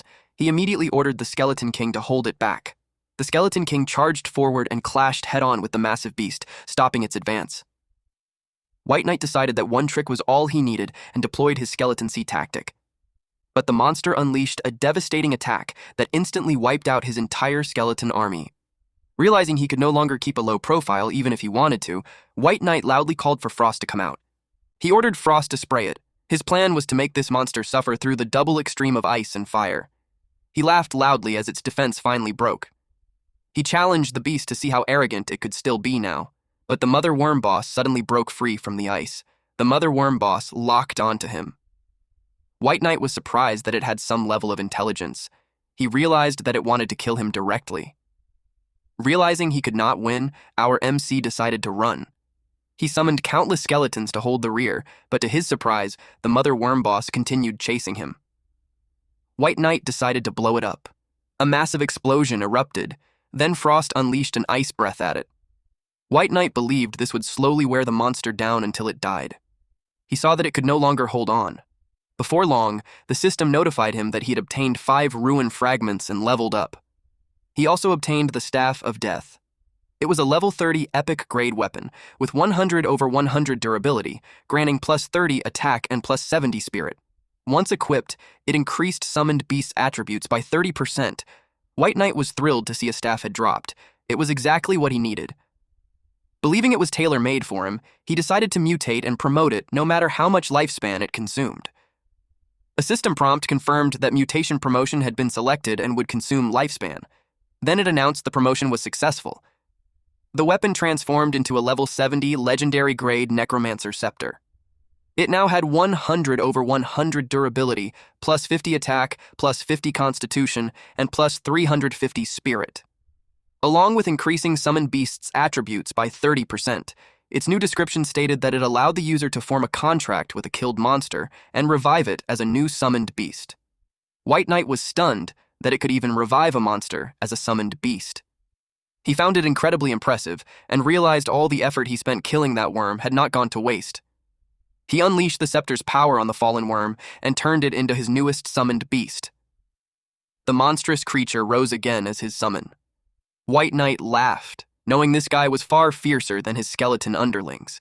After that, our boy confidently walked away alongside his skeleton soldiers. Walking through the desert landscape, White Knight dismissed his 2 massive summons because they were simply too large. Then he noticed someone nearby. Looking down, he found it tragic that many people had already died. Something suddenly caught his attention. He turned and recognized the group he had met earlier. They were surrounded and cornered by a swarm of giant scorpions. Seeing them in danger, our MC stepped in to help. He said that since they had met him, they were not destined to die today. He immediately ordered the Skeleton King to charge forward and save them. The level 48 giant Scorpion King boss had 3,580 strength, 3,996 agility, 2,920 constitution, and 970 spirit. The Skeleton King charged straight at it. As White Knight's undead summons arrived and clashed with the monster, the group felt relieved that someone had finally come to save them. The man with glasses quickly recognized White Knight as the undead summoner from before. The group rejoiced that such a big shot had come to save them. White Knight told them to find a safe place to hide while he dealt with the poisonous scorpion. The group gratefully thanked him. He ordered his skeleton mages to blast the target with magic. The explosive spells slammed into the giant scorpion. White Knight wondered if the monsters inside the ruins were immune to magic. Since that was the case, he decided it was time to let the monster experience something new. He raised his scepter and summoned the massive, undead mother worm onto the battlefield. The group was completely stunned that White Knight could summon such a huge undead creature. His abilities were truly heaven-defying. The undead mother worm quickly overwhelmed the giant scorpion, leaving it unable to hold on. The massive summon delivered a devastating physical blow that crushed the monster completely. A system notification congratulated White Knight for obtaining 4 ruin fragments, followed by another level-up notification. White Knight decided to collect all the dropped items, calling them junk he could pack up and sell to Wealthy World later. The rescued group sincerely thanked him for saving them. White Knight accepted their thanks, but asked why their group always ended up in such dangerous places. The man with glasses explained that they had followed the crowd because people said the ruins artifact had been found in that direction. The news caught White Knight completely off guard. The man added that they had not even reached the location before the scorpion swarm attacked, nearly wiping out their entire group. Hearing this, our MC realized the ruins artifact was just ahead. The group tried to convince White Knight to let them come with him, warning that the path ahead was dangerous.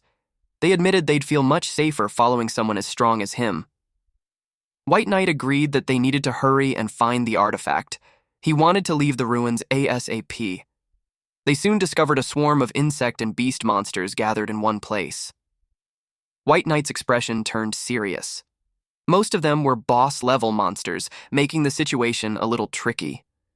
The group then spotted someone fighting in the distance and recognized him as Senior Yasuo. They wondered if he'd come to save them. Yasuo leaped into the air and raised his massive hammer with both hands. He slammed it into the ground, unleashing a devastating blow.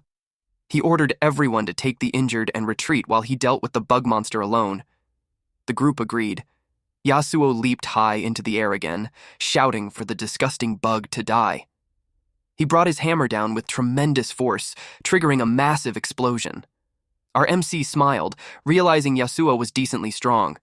He decided to use this opportunity to clear the area and obtain the artifact. He then jumped down to help. Yasuo immediately ordered White Knight to retreat with the others, warning that he wouldn't be able to handle this fight. The giant bug towered over them. Yasuo quickly realized it was calling for backup. Still, Yasuo was determined to show everyone what he was capable of. White Knight recognized Yasuo as a mad blood warrior. It was a rare profession and even ranked among the top 3 advanced rare professions. Yasuo charged forward at incredible speed and challenged the bugs head-on. He swung his massive hammer with all his strength and roared for the bugs to explode. Watching from behind, White Knight was surprised to see Yasuo sacrifice his blood to multiply his combat power several times over. He figured that even if Yasuo survived, he would probably spend an entire month bedridden. White Knight planned to step in once Yasuo could no longer hold on. He summoned his undead monsters and ordered them to leave the larger monsters to Yasuo for now, while they cleared out the smaller ones. He decided to hide his true strength, since many players were likely competing for the artifact. One of his minions killed a monster, and a system notification congratulated him for defeating an elite dark beetle, increasing his EXP. He also obtained 1 ruin fragment. Yasuo looked over the defeated insect monsters and noted that most of the area had been cleared. It should be safe for the time being. Half an hour later, Yasuo arrived before a massive cave entrance covered in insect nests. He admitted that he had no idea what might happen if they moved any closer. White Knight figured that Yasuo's blood energy must have been completely exhausted. Suddenly, a woman stepped onto the battlefield and called out to Yasuo. She arrived with a smug smile, accompanied by several women. She remarked that it had been a long time since they last saw each other. Yasuo was shocked to see Hua Wu. He demanded to know what the members of Black Kill were doing inside the ruins. Hua Wu walked over and told him not to be so aggressive. She leaned closer and explained that she only wanted the artifact. She hoped Yasuo would willingly hand it over. She pointed out that his blood energy should be completely exhausted, while the remaining new students posed no threat to her. She declared that she would not hold back. Hua Wu ordered her subordinates to enter the Bug King's nest and seize the artifact. They immediately rushed forward. White Knight decided to check the situation himself. Yasuo warned him not to go because it was too dangerous. However, White Knight knew they couldn't allow Black Kill to take the artifact, so he rushed after them. Several giant insect monsters emerged from the cave as Black Kill approached. Hua Wu slashed through a monster and ordered her team to finish the battle as quickly as possible. Her subordinates answered in unison and immediately attacked the monsters. Watching from the side, our MC realized that their strength was truly terrifying. Deep inside the nest, a giant bug mother stood among countless eggs. She declared that the time would soon arrive. She eagerly looked forward to her children being born. Several small insect monsters crawled through the cavern. Suddenly, a sharp blade flew toward one of the small insect monsters. The giant bug mother shielded it and furiously warned the intruders not to hurt her child. Hua Wu stepped forward as the weapon returned to her hand. She called the creature disgusting and said she had no time for small talk. Then she demanded that it hand over the artifact immediately. She threatened to burn the entire nest to the ground. Furious, the giant bug mother vowed to kill them all and turn them into nourishment for her children. She ordered her forces to emerge and slaughter every human. A massive creature stepped out from the shadows.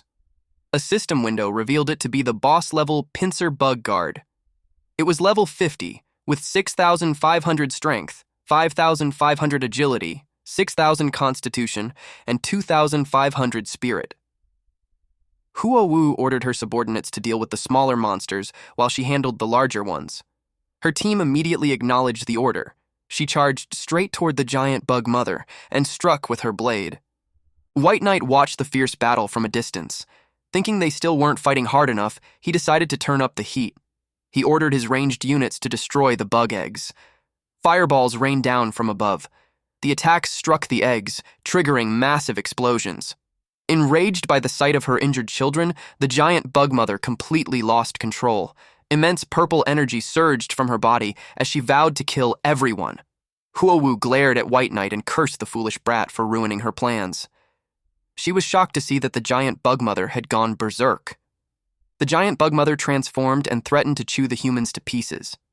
In berserk mode, she became a level 100 Lord-grade boss. Her strength, agility, constitution, and spirit had all reached 19,999. With immense force, she slammed down and sent Hua Wu flying. She roared that she would crush them all and use their bodies as nutrients for her children. Hua Wu was caught off guard when she suddenly saw something moving at incredible speed. White Knight materialized in front of her, leaving her wondering where he had come from. She asked why he only had one drop of blood left. White Knight was amused that she could actually see his information. He then declared that he had come to take the artifact. Furious, Hua Wu and her companions decided to kill him first. Skeletal knights on horseback suddenly appeared and charged forward to protect their master. Seeing the powerful summoned beasts, the women were shocked that such an unremarkable kid could summon them. Without warning, a blade stabbed through White Knight. Hua Wu had snuck up behind him and stabbed him. White Knight was startled by her incredible speed and explosive power. Hua Wu declared that even if he was a top-tier necromancer, he would still die there. She declared that no one had ever snatched an artifact from her hands. Hua Wu suddenly realized that the disgusting creature was devouring its own kind to increase its strength. They had to finish it off quickly. After devouring its own kind, the creature evolved into a king-grade boss. Hua Wu panicked and shouted for everyone to run. The fully evolved king-grade monster released a deafening roar and unleashed terrifying pressure across the battlefield. She roared that she would tear them to pieces before charging at Hua Wu. Fortunately, Hua Wu managed to step back in time. She leapt into the air and declared that she would fight the monster to the death. Huowu screamed for the monster to die as she drove her dagger into its head. The monster roared and declared that she would tear Huowu apart. A massive burst of energy erupted as the king-grade boss tore Huowu in half. The monster declared that they would all become nutrients for her children. Countless small bug monsters scrambled forward to devour Huowu's body. White Knight decided it was finally time to make his move. He ordered his summons to charge. A volley of arrows and fireballs rained down from above. The attacks triggered a massive explosion across the battlefield. The headless knight seized the opening and unleashed a powerful blow against the giant bug mother. White Knight smiled and praised his summons. However, he knew the most terrifying part was still to come. He ordered the rest of his summons to charge at the target. They triggered corpse explosion, engulfing the entire area in a brilliant white light. The scorched giant bug mother screeched that she would devour our MC. However, White Knight told her not to rush because something even more terrifying was coming. He summoned the massive undead mother worm.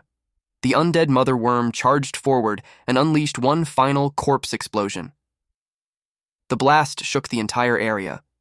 Outside the cave, Yasuo felt the shockwave and wondered if the artifact had exploded. One of his companions panicked and suggested that they run away. Another teammate agreed, warning that it was far too dangerous to remain because the entire nest might explode. A system notification congratulated White Knight for killing the Lord-grade giant bug mother and rewarded him with EXP. Another notification confirmed that he had leveled up. He also obtained 10 ruin fragments, leaving him satisfied with his gains. A crystal emerged from the corpse, leaving White Knight wondering if it was the artifact. The system congratulated him for obtaining the artifact, Soul Convergence Crystal. White Knight confirmed that it was indeed the artifact, but he had no idea what it was used for. The system then announced that the ruin would close in 60 seconds and everyone inside would be forcibly teleported out. The countdown immediately began. White Knight complained that he had only just obtained the artifact, yet the ruin was already closing. Meanwhile, the others were relieved that they could finally escape. One of them wondered if someone had managed to seize the artifact. Yasuo questioned whether someone from Black Kill had taken it. His teammates asked what they should do since they still hadn't found the missing students. He replied that they couldn't worry about that now and would discuss it after they escaped. White Knight approached the giant bug mother's corpse and muttered that killing it had cost him countless minions and even an undead mother worm. After paying such a heavy price, he couldn't simply let its corpse go to waste. The dean noticed that the ruin entrance was about to close. Amanda wondered if someone had already seized the artifact, and he replied that it seemed so. The survivors began emerging from the ruin. One student exclaimed that they had finally escaped and admitted that they had been scared to death. Another described how terrifying it had been, revealing that 3 classmates beside them had been swallowed alive. Nearby, an injured survivor desperately called for a medic, terrified that they might lose their leg. Another student broke down in tears, crying that they wanted to go home because the ruin was far too terrifying. The dean ordered his staff to count the survivors, calm the students, and send the injured to the infirmary. Amanda asked if anyone had seen who killed the ruin boss and seized the artifact. A green-haired student answered that he had seen White Knight enter the boss's nest. Another student added that a massive explosion occurred shortly afterward. Everyone immediately turned to look at White Knight. Amanda asked if he knew what had happened. White Knight stuttered as he claimed that he had seen a group from Black Kill enter the nest and kill the boss. Amanda was shocked by the revelation. Yasuo supported our MC's claim, explaining that Huowu had led the members of Black Kill into the boss's nest.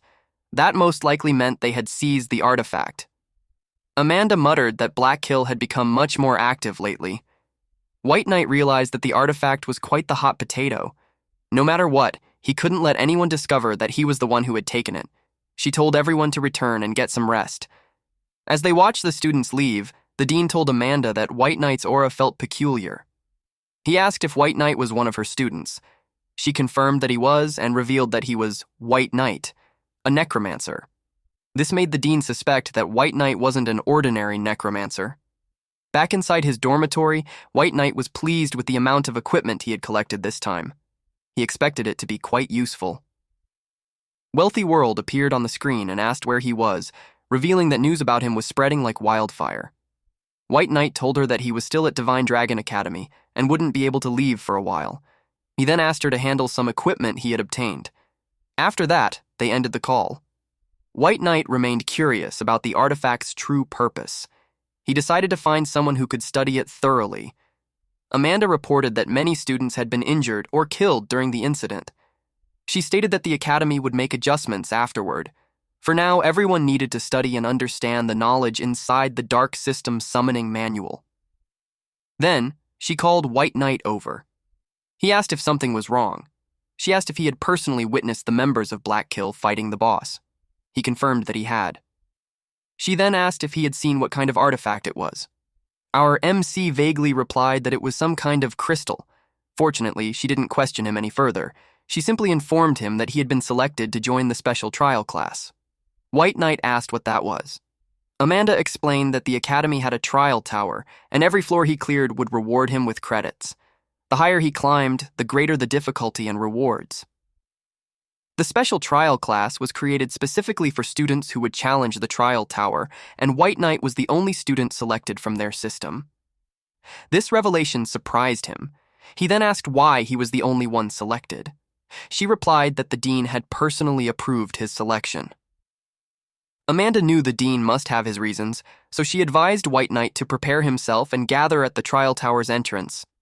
He promised to head there immediately.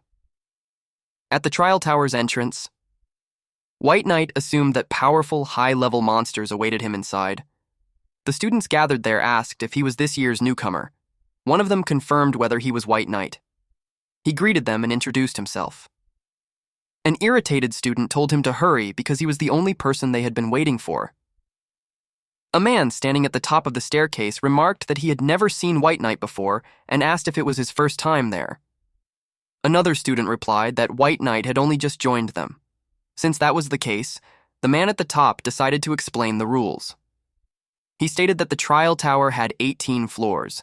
Clearing the first floor awarded 1 credit, the second awarded 5 credits, the third awarded 10 credits, the fourth awarded 20 credits, and the fifth awarded 50 credits. Basically, the higher the floor, the greater the difficulty and the more credits they could earn. White Knight asked about the highest floor any student had reached. The man answered that the record was the 9th floor, and no one had climbed that high in over 10 years. However, one student had managed to reach the 8th floor several years ago. The man pointed toward the leaderboard and suggested that White Knight take a look. Yasuo held first place after clearing the 6th floor in 23 minutes and 47 seconds. Tianyi ranked second after clearing the same floor in 23 minutes and 58 seconds. The man explained that there were also mid-tier and high-tier leaderboards, but he suggested that White Knight challenge the tower before worrying about those. Thanks for watching, bros. If you enjoyed this update, make sure to drop a like and hit subscribe so you never miss the next chapter we upload here on Manhwa Updater. New episodes from the main Manhwa dealer channel will always land here every week, so stick around and stay updated. And hey, if you want more fire stories, check out the latest upload on the main channel right after this. As always, stay cool, stay awesome, and I'll see you in the next one.